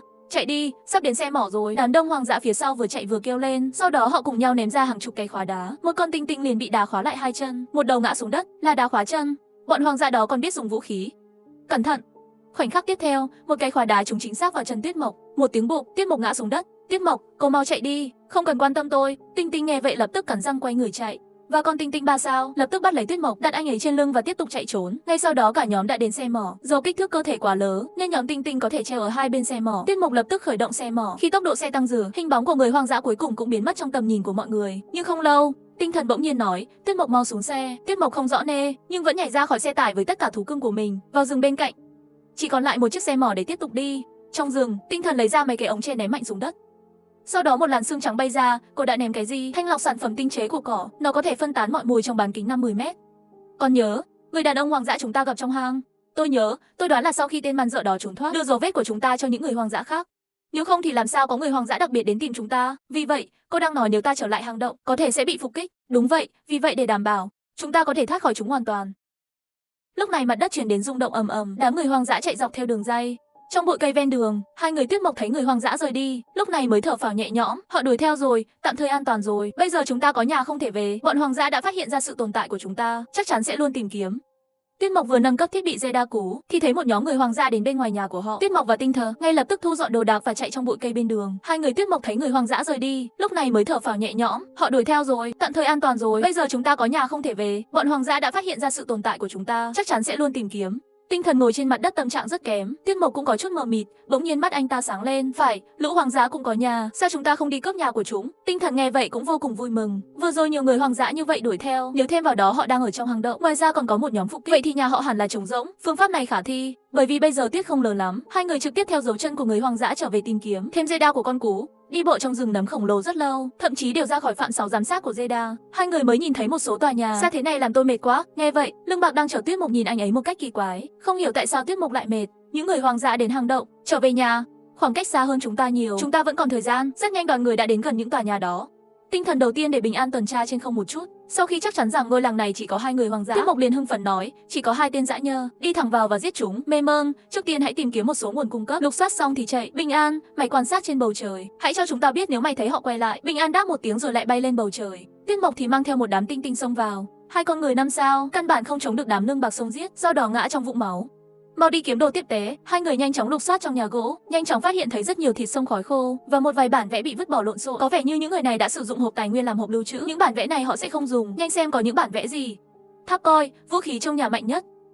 Khi tấn công sinh vật địch, cứ 10 giây lại bắn ra một cái gai nhọn. Tường đá gai nhọn, chiều dài xây tường đá là 1 mét, độ dày 30 cm. Hai cái này là đạo cụ bảo vệ căn nhà. Tiếc là chúng ta không có cung tên. Ai nói chúng ta không có cung tên? Nói rồi Tuyết Mộc lấy ra bản đồ sản xuất cung tên mở ra từ hộp vật tư. Trong nhà kho của bọn man dợ có rất nhiều tơ nhện và nhiều nguyên liệu thực phẩm khác nhau. Tuyết Mộc lập tức bắt đầu xây dựng tháp canh và Tinh Thần đi ra ngoài bộ lạc. Xây tường đá nhỏ, trực tiếp xây dựng 20 cung tê, 20 tháp canh và 1000 mũi tên. Khi tài liệu tương ứng được khấu trừ, chẳng mấy chốc, những vật dụng này xuất hiện trong ba lô và Tinh Thần cũng bao quanh bộ lạc man dợ, xây một vòng tường đá. 2 sao, gai nhọn tường đá đầy gai nhọn. Có lượng máu 200 điểm, người leo lên sẽ mất 2 điểm máu khi bị đâm. Tuyết Mộc sẽ đặt 5 tháp canh ở mỗi hướng trong 4 hướng, sau đó lấp đầy đủ mũi tên. Một sao tháp canh lượng máu 100, tốc độ bắn tên phía trước là 10 giây mỗi lần. Mỗi lần gây 2 điểm sát thương. Còn 2 tiếng nữa trong ngày, chắc là họ sắp về rồi. Rất nhanh Bình An đã phát ra cảnh báo. Hai người nghe thấy tiếng động lập tức đi lên tháp canh, phát hiện thấy một nhóm người hoang dã ở phía xa, tổng cộng 15 tên, hơn nữa một nửa đều là 5 sao. Nói với các tinh tinh, không quan tâm gì khác, ai dám trèo tường thì đánh. Tuyết Mộc gật đầu, giao tiếp ngay lập tức thông qua tâm linh, đã ra lệnh cho đám Lương Bạc. Không nhiều thời gian, đám người hoang dã nhìn bức tường đá mới toanh, tháp canh cao, vô cùng nghi ngờ. Rất nhanh, họ để ý thấy hai người Tuyết Mộc trên tháp canh. Đám người hoang dã lập tức tức giận kêu lên. Sau một lúc, họ bắt đầu leo lên bức tường đá. Bức tường cao 6 mét không phải là cao đối với người hoang dã, họ có thể chạy và nhảy lên tường. Nhưng vừa leo lên, bị đám Lương Bạc dùng đá đập vào tay, người hoang dã kêu đau đớn, rơi khỏi tường. Các tháp xung quanh cũng có thể tấn công. Rất nhanh đã bắn chết 4 con người hoang dã. Này, tại sao những người hoang dã này lại có nấm trên người? Lượng máu cũng không khỏe mạnh. Những cây nấm này hình như là lúc trước đuổi theo nấm đen đó. Có lẽ những kẻ này đuổi theo đường dây, bị tấn công bởi nấm đen, rất có thể. Ước tính cây nấm đen đó sẽ phân chia bào tử, nhiễm virus. Sau này cẩn thận nhé. Tuyết Mộc gật đầu, cũng lấy cung tên ra và bắt đầu bắn vào chúng. Không nhiều lắm, những người hoang dã bên ngoài bức tường bị giết gần hết. Hai người đàn ông hoang dã cuối cùng cũng cảm thấy sợ hãi, quay người muốn chạy trốn. Không ổn, tên đó muốn chạy. Đuổi theo cho tao. Chúng ta không thể để hai tên này trốn thoát. Nói xong Tuyết Mộc liền nhảy xuống tháp canh, cưỡi lợn răng đen đuổi theo. Hai tên dã nhân chạy trốn vốn đã có lượng máu rất thấp, rất nhanh đã bị Tuyết Mộc dẫn theo một nhóm Lương Bạc vây đánh. Sau khi trở về làng, Tuyết Mộc và Tinh Thần đều mệt mỏi ngồi trên ghế, nghỉ ngơi một chút mới bắt đầu thanh lý tài nguyên. Năm mới năm Giản đón Tết, lễ hội mùa xua. Chúc mọi người thành công trong năm mới. Gia đình hạnh phúc. Chúc mừng năm mới. Mong muốn thành công.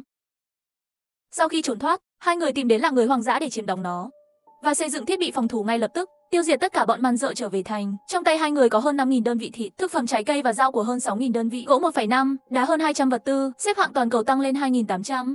Tuyệt vời, lần sau chúng ta có thể nhận được phần thưởng xếp hạng cao. Nghỉ ngơi một chút, hai người bắt đầu dọn nhà, đặt thỏ rừng trong hộp.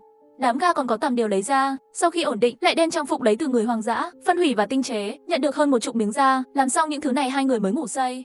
Vài ngày tới, hai người sắp xếp lại toàn bộ là người hoang dã. Điều bất ngờ là những người hoang dã này cũng trồng nhiều loại cây trồng chịu lạnh. Tinh Thờ cẩn thận sắp xếp những cây trồng này, sau đó lấy gạo lai mà mình tự trồng cũng trồng vào. Làm xong những thứ này mới về nhà nghỉ ngơi. Cha mẹ của hai người lại gửi một cuộc gọi video. Ngôi nhà các con đang sống sao lại giống chỗ ở của người hoang dã thế? Nghe vậy Tuyết Mộc đắc ý, làm thế nào để chiếm làng của người hoang dã? Câu chuyện tiêu diệt toàn bộ 10 mấy con dã nhân kể lại một lần. Hai cha mẹ nghe xong, tất cả đều thể hiện những biểu cảm không thể tin được. Nhưng sau đó, mẹ Tinh Thần lại nghiêm nghị nói, theo ta quan sát, dã nhân phân cấp đó họ sẽ cống nạp cho các bộ lạc lớn hơn. Nếu quá lâu không cống nạp, bên kia sẽ cử người đến nhà xin. Tinh Thần lập tức lo lắng hỏi, bao lâu thì họ cống nạp? 30 ngày một lờ, tôi nghĩ tạm thời không cần lo lắng. Nếu tôi là người hoang dã, thời gian cống nạp chắc chắn sẽ tránh được thời gian mùa đông lạnh giá này. Những gì con nói cũng có lý, nhưng đừng mất cảnh giác. Sau khi tắt video, Tiết Mục lại xem tin nhắn trên kênh chat. Anh em, tin tức mới nhất. Liên minh quân sự có thể tạo ra một thứ tên là chìa khóa chuyển phát. Cái quái gì vậy? Thứ này có thể di chuyển trong không gian, truyền thông tin người dưới dạng dữ liệu đến nơi khác và bỏ qua khoảng cách. Nhìn thấy tin nhắn này, mắt Tuyết mắt sáng lên, nếu có đạo cụ này, chẳng phải là có thể đem cho cha và cả mẹ của Tinh Thần nữa. Lập tức gửi tin nhắn riêng cho người sống sót tên là Lý Quân. Anh bạn, những gì anh vừa nói có thật không? Thật, đối tượng giao dịch với quân sự chỉ dành cho 1 triệu đội hàng đầu thế giới. Hơn nữa còn phải là người của chúng ta mới được. Xếp hạng của tôi là 2.800 anh bạn. Xếp hạng toàn cầu 28 triệu vạn mặc dù cũng rất tốt, nhưng vẫn chưa đáp ứng được yêu cầu của quân đội. Ý tôi là 28 triệu, không phải vạn. Nói rồi, Tiết Mục cũng gửi ảnh chụp màn hình xếp hạng của mình cho bên kia. Lý Quân nhìn thấy tin tức này, đôi mắt kinh ngạc đều muốn ló ra. Điều này quá phóng đại phải không? Cảm giác còn tệ hơn cả cướp người hoang dã. Lý trưởng quan, tôi đã đánh dã nhân rồi, và tôi đã may mắn giết 17 hay 18 tên màn dợ. Nếu không cũng không thể có nhiều tài nguyên như vậy. Lý Quân chỉ cảm giác đại não đều muốn nổ tung, phải mất một lúc mới hỏi, người anh em, anh vừa gọi tôi là gì? Lý trưởng quan, sao anh biết tôi là người của quân đội? Hình như cũng không khó, làm sao người bình thường biết được bí mật này? Tôi đoán quân đội là để tìm một đội có khả năng mạnh. Người anh em thật thông minh, cho tôi kết nối với chỉ huy của chúng tôi. Rất nhanh, Tiết Mục bị kéo vào một nhóm trò chuyện tên là Quân Minh. Bên trong anh ta đề nghị với cấp trên của quân khu muốn giao dịch hay yêu cầu chuyển chìa khóa. Bên kia vui vẻ đồng ý, nhưng nói rằng bây giờ mùa đông lạnh giá không thể thu thập vật liệu, phải mất một thời gian mới có thể đưa được. Mà Tiết Mục bên này, khi liên minh tiến hành chiến tranh quốc gia, giúp đỡ. Sau khi cuộc gọi kết thúc, Tiết Mục liền đứng dậy đi phân phát thức ăn cho lưng bạc, để chúng nâng cấp càng sớm càng tốt. Tiết Mục sắp xếp chúng ở một phòng riêng. Mỗi ngày ăn no thì ngủ dậy rồi tiếp tục ăn. Tinh Thần kêu lên, Tiết Mục mau đến đây. Tiết Mục vội vàng chạy về phòng hỏi có chuyện gì vậy. Tôi thấy có dấu vết của những người khác trên Zeda. Tiết Mục nhìn kỹ hơ, phát hiện đây là một nhóm người da đen. Má ơi, người da đen, quên đi, miễn là họ đừng gây rối với chúng ta cũng không thèm để ý đến họ. Nói với Tinh Thần 2 câu, Tiết Mục lại ra ngoài lấy nước. Đến giếng nước, Tiết Mục vô tình phát ha, ở đây không có nước bị đóng băng, suối địa nhiệt, nước nóng 70 độ đến từ núi lửa sâu dưới lòng đất. Tiết Mục lập tức xây một cái lều gỗ trên giếng và một đống lửa. Chẳng bao lâu nữa nhiệt độ của nhà kho gỗ sẽ tăng lên. Tinh Thần mau đến tắm, xem tin nhá. Tinh Thần nhanh chóng chạy tới Tiết Mục. Tôi phát hiện thấy khoai môn, bên cạnh cây khoai môn còn có một cây ăn quả. Trên đó có mấy của sinh mệnh. Đó là thứ tốt đấy. Tắm xong chúng ta đi một chuyến đi. Không lâu sau, hai người liền mang theo mấy con vật sủng đi ra khỏi thôn. Dưới sự hướng dẫn của Zeda, nhanh chóng phát hiện thấy những cây đó. Tuyệt vời, có 3 cây sinh mệnh. Tiết Mục vừa định đi lên hái, Tinh Thần bỗng nhiên gọi anh ta, có người tới. Lúc này hiển thị trên bản đồ, phía trước họ không xa, có mấy tên da đen đi về hướng này. Hai bên sẽ sớm gặp nhau, dàn năm mới. Lễ hội mùa xuân. Chúc mọi người thành công trong năm mới. Gia đình hạnh phúc. Chúc mừng năm mới. Mong muốn thành công.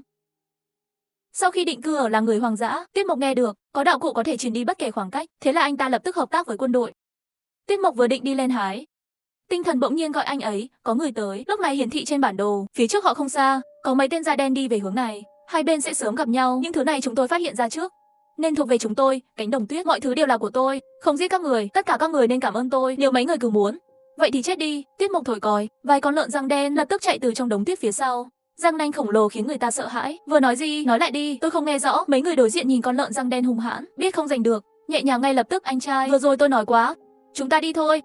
Đến rồi thì đừng đi, ở lại ăn cơm đi. Đại Mao, Nhị Mao, Tam Mao, lên. Áo Đức vội vàng hét lên xe trượt tuyết đi, chạy đi. Một vài chiếc xe trượt tuyết xuất hiện từ hư không, ngồi trên xe trượt tuyết và trượt nhanh về phía dốc đường. Tiết Mục lập tức ngơ ngác, eo, những người này trèo nhanh như vậy cũng không sợ đâm chết. Quên đi, đừng đuổi theo nữa. Mấy con heo răng đen lần lượt chạy về. Tinh Thần, tôi đi đào cây ăn của, cô đi đào khoai lang đi. Trong một túp lều đen cách đó vài dặm, mấy người đang đầy mặt phẫn nộ. Anh bảo, vậy thôi sao? Nếu vừa rồi không chạy, họ có thể sẽ giết tất cả chúng ta. Mọi người nghe vậy ngạc nhiên, tiếc là không mang theo hương mê hồn, nếu không thì có thể mê hoặc họ, rồi giải quyết. Nếu họ có thể đi bộ đến đó, nghĩa là nhà của họ không xa lắm. Cho áo phù về rồi mới tính. Hai người mặc áo tuyết vào, đi kiểm tra tình hình nhà của họ. Hai người kia gật đầu, sau đó mang theo thủ núi liền rời đi. Vào ban đêm, trên tuyết có thêm 2 bóng người màu trắng, và không có gì trên Zeda. Ngay sau đó họ nhìn thấy ngôi làng của những kẻ man dợ, làng dã ma, có phải nhầm không? Chắc là không. Thú xuyên núi không bao giờ sai lầm. Đây là nơi ngủ của đám dã man, chẳng lẽ bọn họ giết người hoang dã? Không thể nào. Cậu biết về bọn man dợ lợi hại thế nào mà. Và đây là một bộ lạc nhỏ, có gần 20 con người hoang dã, chắc là người hoang dã di cư rồi. Họ tận dụng cơ hội để vào. Hai người họ xây một cái lều nhỏ, trốn bên trong, lén lút quan sát tình hình trang bị của làng. Lâu sau, về cơ bản họ đã tìm ra động lực của tháp canh, các tiện nghi trong làng. Sau đó anh ta chụp ảnh những thông tin này để phát cho Áo Đức. Áo Đức trong chốc lát đã nghĩ ra biện pháp đối phó. Phía nam làng có một vách núi, chúng ta có thể dùng báo tuyết để lao xuống núi, sau đó bay qua tường và tháp canh từ vách núi, đi thẳng vào làng. Hai người lại quan sát rất lâu sau mới trở về. Mà một ngày này Tiết Mục đều đang bận rộn các loại chuyện vặt vãnh, đám ngân bạc thì ăn trong nhà. Vậy, hai người da đen kia không phát hiện ra sự tồn tại của chúng. Đêm đó, 3 tiểu đội da đen từ rừng trở về nhà kho. Chúng mang về vài con mồi. 4 con sói xám đứng lại. Áo Phu, cuối cùng các cậu cũng về rồi. Sau đó, Áo Đức gửi tin tức về khám phá của họ. Nói hết ra, một nơi tốt như vậy lại tiện nghi cho người khác. Giờ tôi đã quay về, làm nhanh nhất có thể đi. Trời tối rồi mới ra tay. Tuyết Mộc đến phòng của các con lưng bạc. Sau vài ngày cho ăn, kích thước cơ thể của chúng đều lớn hơn rất nhiều. Đã có 5 con đến 4 sao rồi. 4 con còn lại cũng gần 4 sao. Cố lên nào. Hãy nhớ rằng phải thăng cấp nhanh nhất có thể. Nghe thấy không? Đám tinh tinh nghe vậy kêu gào, dấu hiệu sẽ làm theo mệnh lệnh. Tuyết Mộc lúc này mới hài lòng rời đi. Sau khi trở về phòng, tinh thần lại ngàn anh ấy lại. Cách làng 3 km. Có một chấm xanh nhỏ, sau khi phóng to bản đồ, đó rõ ràng là một lối vào địa cung. Phong cách kiến trúc và môi trường xung quanh có vẻ lạc lõng. Cái gì đây? Không rõ. Không ai trên U Channel nói về chuyện này. Huyết Mộc trầm ngâm một lát, quyết định hỏi người của quân khu. Vừa gửi ảnh chụp màn hình cung điện ngầm qua, Lý Quân lập tức trả lời tin nhắn, anh bạn nhỏ, đừng hành động thô lỗ, địa cung rất nguy hiểm. Rất nhanh, chỉ huy quân khu đích thân gửi giọng nói, đây là bí cảnh địa cung, chìa khóa chuyển tiếp của quân đội chúng tôi, có được trong thế giới bí mật. Theo tính toán của chúng tôi, trong thế giới bí mật có thể tiếp cận công nghệ không thuộc về nền văn minh nhân loại, nhưng cũng rất nguy hiểm. Chúng tôi đã gửi 30 lính đặc nhiệm thiện chiến. Kết quả chỉ ra, 2 người mới có được chìa khóa dịch chuyển. Tuyết Mộc 2 người nghe vậy kinh ngạc, được rồi. Nghe anh nói vậy, tôi cũng không định đi nữa. Sau khi cúp máy, tinh thần cảm khái nói, thật đáng tiếc, không biết bên trong giấu đồ tốt gì.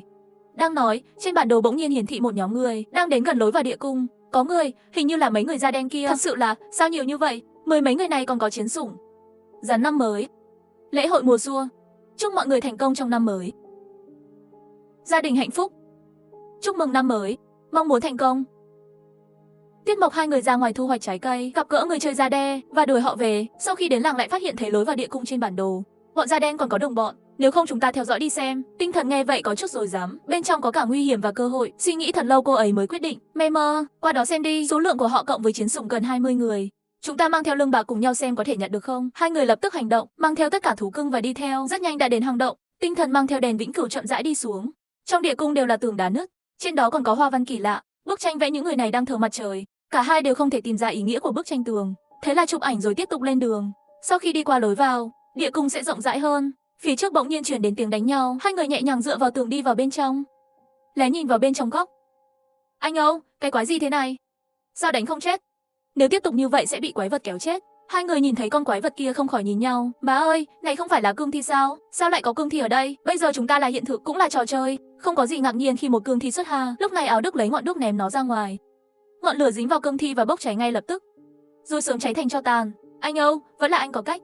Vào trong đi, để phụ nữ đi trước. Mấy cô gái da đen bị đẩy ra phía trước, tiếp tục tìm đường. Sau khi đối phương đi xa, 2 người Tuyết Mộc lén theo sau trong bóng tối. Không lâu sau bên trong lại truyền đến mấy tiếng la hét. Sau khi 2 người đến gần, nhìn thấy một nhóm sinh vật kỳ lạ, người địa huyệt, mất đi thị giác.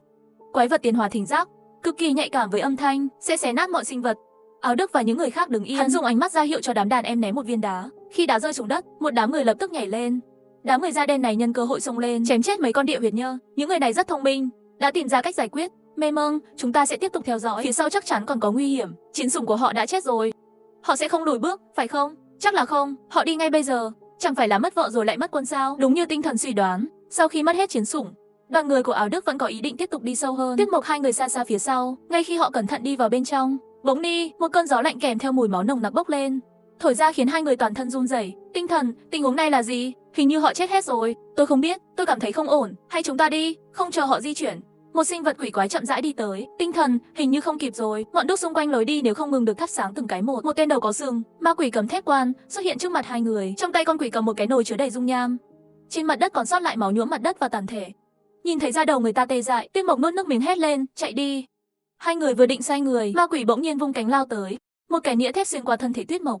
Nâng cao, cảm giác một ngạt mạnh mẽ hiện lên trong lòng anh ấy ngay lập tức. Hắn khó khăn quay đầu nhìn về phía ác ma. 8 sao, khổ nạn ác quỷ, 80 điểm máu, hắc ám sinh vật có thể hy sinh cuộc sống của chính mình, gây thiệt hại tương đương, bỏ qua mọi biện pháp phòng vệ. Má ơi, tên điên này hiến tế 25 điểm máu của tôi rồi. May mà hắn không biết tôi là người có thuộc tính hoang dã. Thêm 2 điểm máu, xin nữa thì bị giết rồi. Nhìn một cảnh trước mắt, đôi mắt của tinh thần đầy kinh ngạc và khó tin.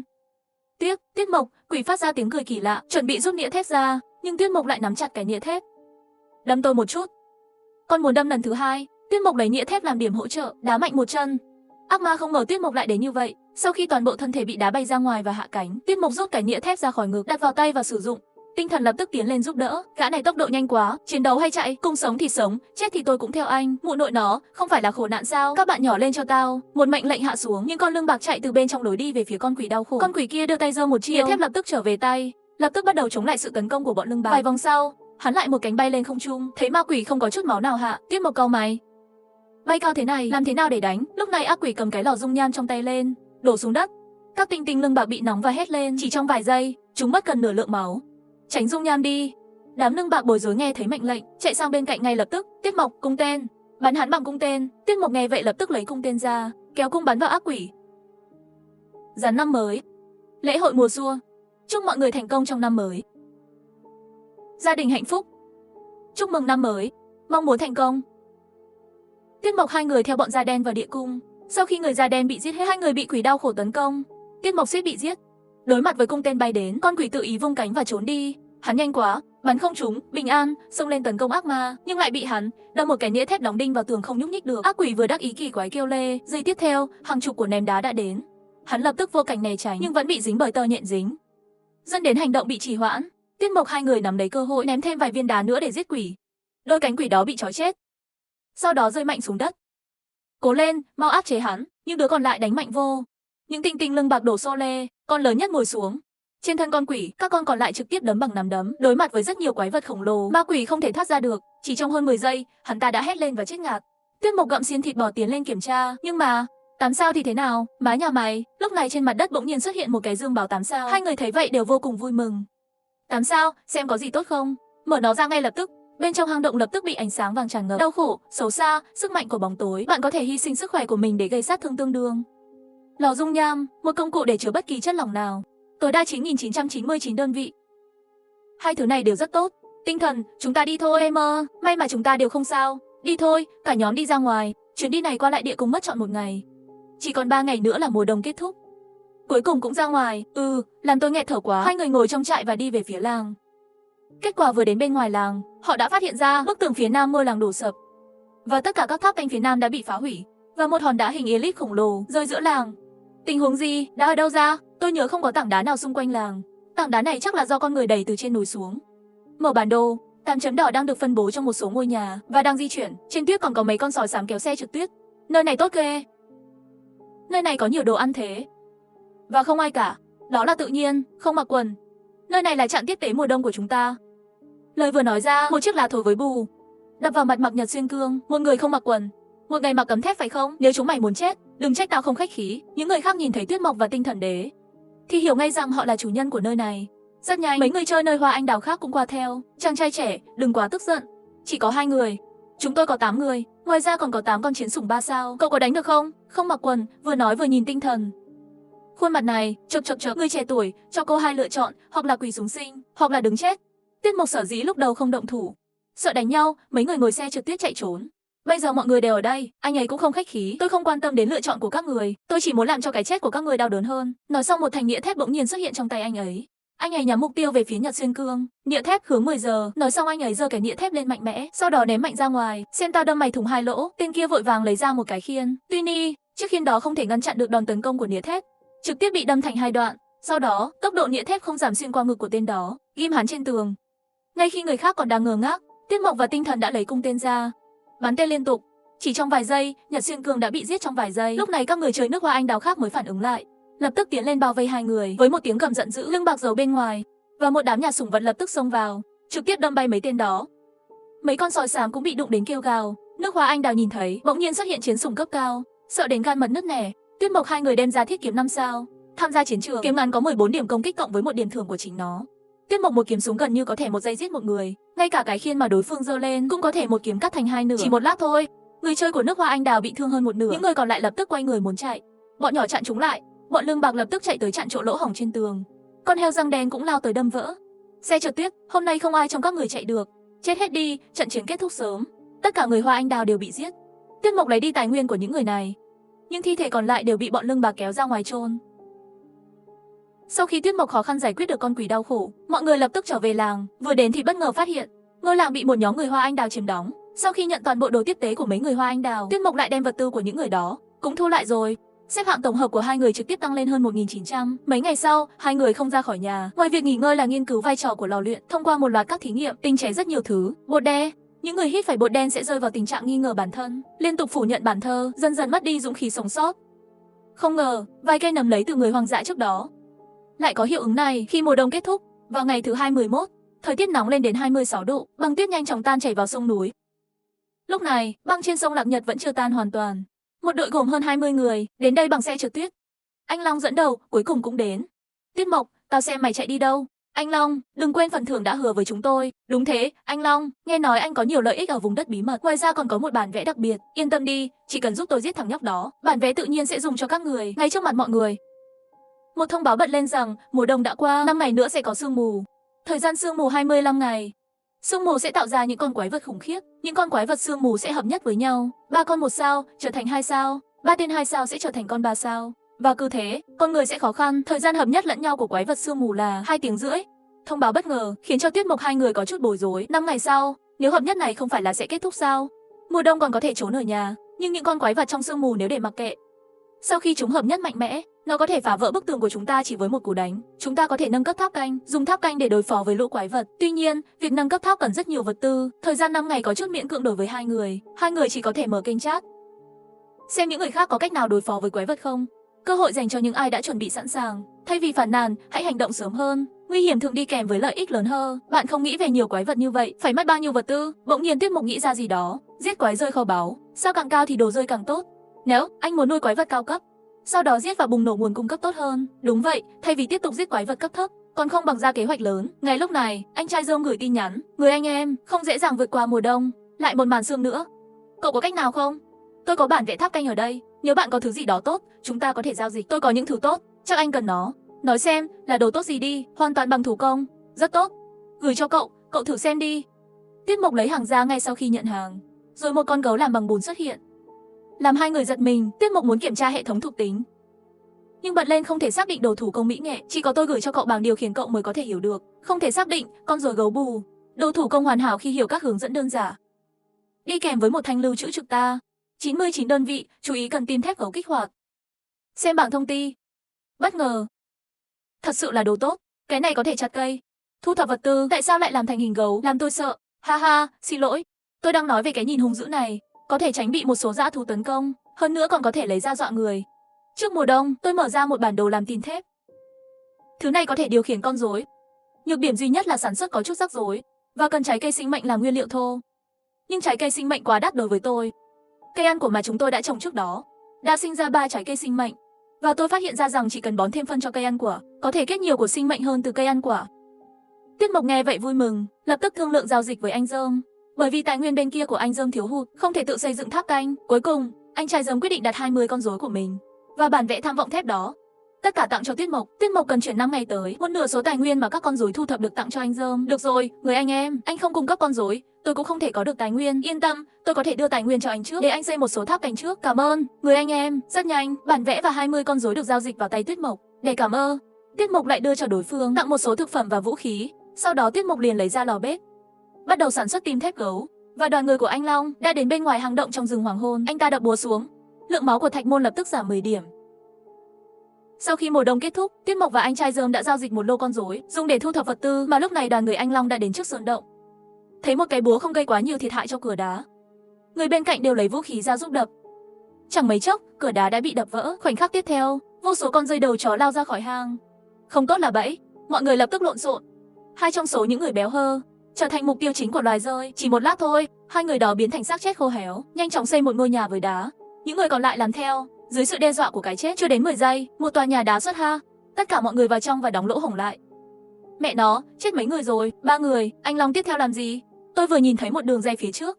Chắc là do họ tạo ra. Chúng ta đi từ 8 đường hầm dưới lòng đất. Hãy rời khỏi khu vực tấn công của những con rơi này. Mọi người lập tức lấy ra công cụ bắt đầu hành động. Không lâu sau, một cái lỗ lớn xuất hiện trong nhà. Mọi người thay phiên nhau đào về phía trước. Mất hơn 2 tiếng để hoàn thành đường hầm. Đám kia dám bẫy ông đây. Đi theo đường ray, chúng ta sẽ tìm ra thằng nhóc đó. Nói xong, anh Long để chó cưng mở đường ở phía trước, đi về phía rừng nấm khổng lồ. Chẳng mấy chốc họ đã đến bên ngoài ngôi nhà nấm, nhưng sau khi mọi người đột nhập nhưng thấy bên trong trống rỗng. Đáng ghét, thằng nhóc đó đã chuyển nhà bao nhiêu lần rồi. Tiếp tục đuổi theo, con chó cưng lần theo mùi, đi về hướng làng. Nhưng vừa đi không lâu, anh Long bỗng nhiên chú ý, có một chấm đen nhỏ trên bầu trời. Cái gì vậy? Long ca, tôi biết đó là máy giám sát nguồn nhiệt, hơn nữa còn có thể phóng to theo ý muốn, chỉ cần vào phạm 6 phát hiện thì rất khó tránh được. Kiểm tra nguồn nhiệt, vậy chúng ta đổ xuống lòng đất đi. Không nhiều thời gian, đội của anh Long ở dưới lòng đất 4 mét. Đào một đường hầm, đường từ từ đào về hướng làng. Gần làng, Tuyết Mộc đang nhìn chằm chằm vào 20 con rối để thu thập vật tư. Tiếng len keng liên tục vang lên, bỗng nhiên tiếng nói của tinh thần phát ra từ trong làng. Tuyết Mộc, mau đến xem đi. Tuyết Mộc nghe vậy lập tức chạy tới, tinh thần đứng ở vườn rau bên cạnh kích động nhỉ. Sao vậy? Tình huống của cỏ đen lông này là gì? Cỏ đen lông 2 sao? Trong vòng 10 mét của nó, lấy lại một chút máu mỗi 10 phút. Không hiệu quả với đơn vị địch. Phục hồi lượng máu. Má ơi, cái này đỉnh vậy. Vẫn là anh có nhiều ý tưởng không ngờ lại thành công. Như vậy, chúng ta có thể vừa đánh quái vừa phục hồi máu. Mê mông, phạm 6 quá nhỏ, không biết sau này có thể tiếp tục mở rộng phạm 6 không? Nói rồi, Tuyết Mộc lại mua 3 cây cỏ đèn lồng trên kênh giao dịch. Khi trồng trên đất, lúc này, đoàn người của anh Long đã tiến về hướng làng. Đào hơn 1000 mét, còn bao lâu nữa mới đào được chỗ họ ở? Có lẽ đến khi trời tối, có rất nhiều đá dưới lòng đất này, tốc độ đào sẽ chậm hơn một chút. Mê mơ, được rồi, trời tối thích hợp để giết người, đêm sớm buông xuống. Tuyết Mộc hai người ngủ yên bình, bởi vì con rối sẽ không tản nhiệt, sẽ không bị dã thú tấn công, cho nên vẫn nhiệt tình làm việc. Cũng có quỷ thực thi chạy đi gặm mấy miếng, nhưng sau khi ăn vài miếng bù, sẽ không còn quỷ thực thi nào tấn công con rối nữa. Trong đêm khuya, một mảnh đất ở giữa làng bỗng nhiên bị đào lên, sau đó một cái đầu thò ra, nhưng khi cô ấy nhìn thấy tình hình trong làng, lập tức sợ đến mức thu đầu lại. Sao? Tình hình trong làng như thế nào? Người phụ nữ run rẩy mô tả hình ảnh trong làng. Cái gì? 20 người đang thu thập tài nguy và một đàn tinh tinh và một con lợn răng đen. Không, em trai tôi nói lợn răng đen là 3 con và một con rơi đầu chó. Mọi người nghe xong lập tức đều giật mình. Chưa tính 2 người đó, có 33 đơn vị thù địch. Long ca, đây không phải là tấn công lén đâu. Chúng ta xông vào không phải là rùa trong rọ sao? Chúng ta là đám rùa đó. Anh Long cũng không nói nên lời. Gã này lập đội bất hợp pháp. Còn kéo nhiều người như vậy, giờ thì sao? Rút lui, chúng ta đã đi cả quãng đường này chỉ để đục 2 cái lỗ. Đợi đã, ngày mai quan sát một chút. Tôi không tin là họ không ra khỏi làng, và làng này của hắn khá được. Tháp canh, tường và vườn rau. Ta chỉ muốn mạng hắn, phần còn lại là của các người. Ngày hôm sau đợi đến trưa, Tuyết Mộc vừa ra khỏi phòng. Đại Mao, Nhị Mao, Tam Mao, còn mày nữa, anh chàng to lớn, mang theo 2 đứa đi cùng tôi. Không nhiều thời gian, Tuyết Mộc mang theo một đống chiến sủng ra khỏi thôn, đi vào rừng. Cuối cùng cũng ra rồi. Chờ chết đi, Tuyết Mộc. Chẳng mấy chốc Tuyết Mộc đã đến nơi dắt lợn đi dạo. Đám người mai phục cách đó không xa lập tức chạy từ trong rừng cây. Thằng nhóc, tao xem mày chạy đi đâu. Tuyết Mộc nhìn thấy tình huống này cũng giật mình, nhưng anh ta phản ứng nhanh, xác định một hướng, mạnh mẽ xông qua. Nhị Mao chặn kẻ thù bên trái. Đại Mao, đâm cái đầu này đi.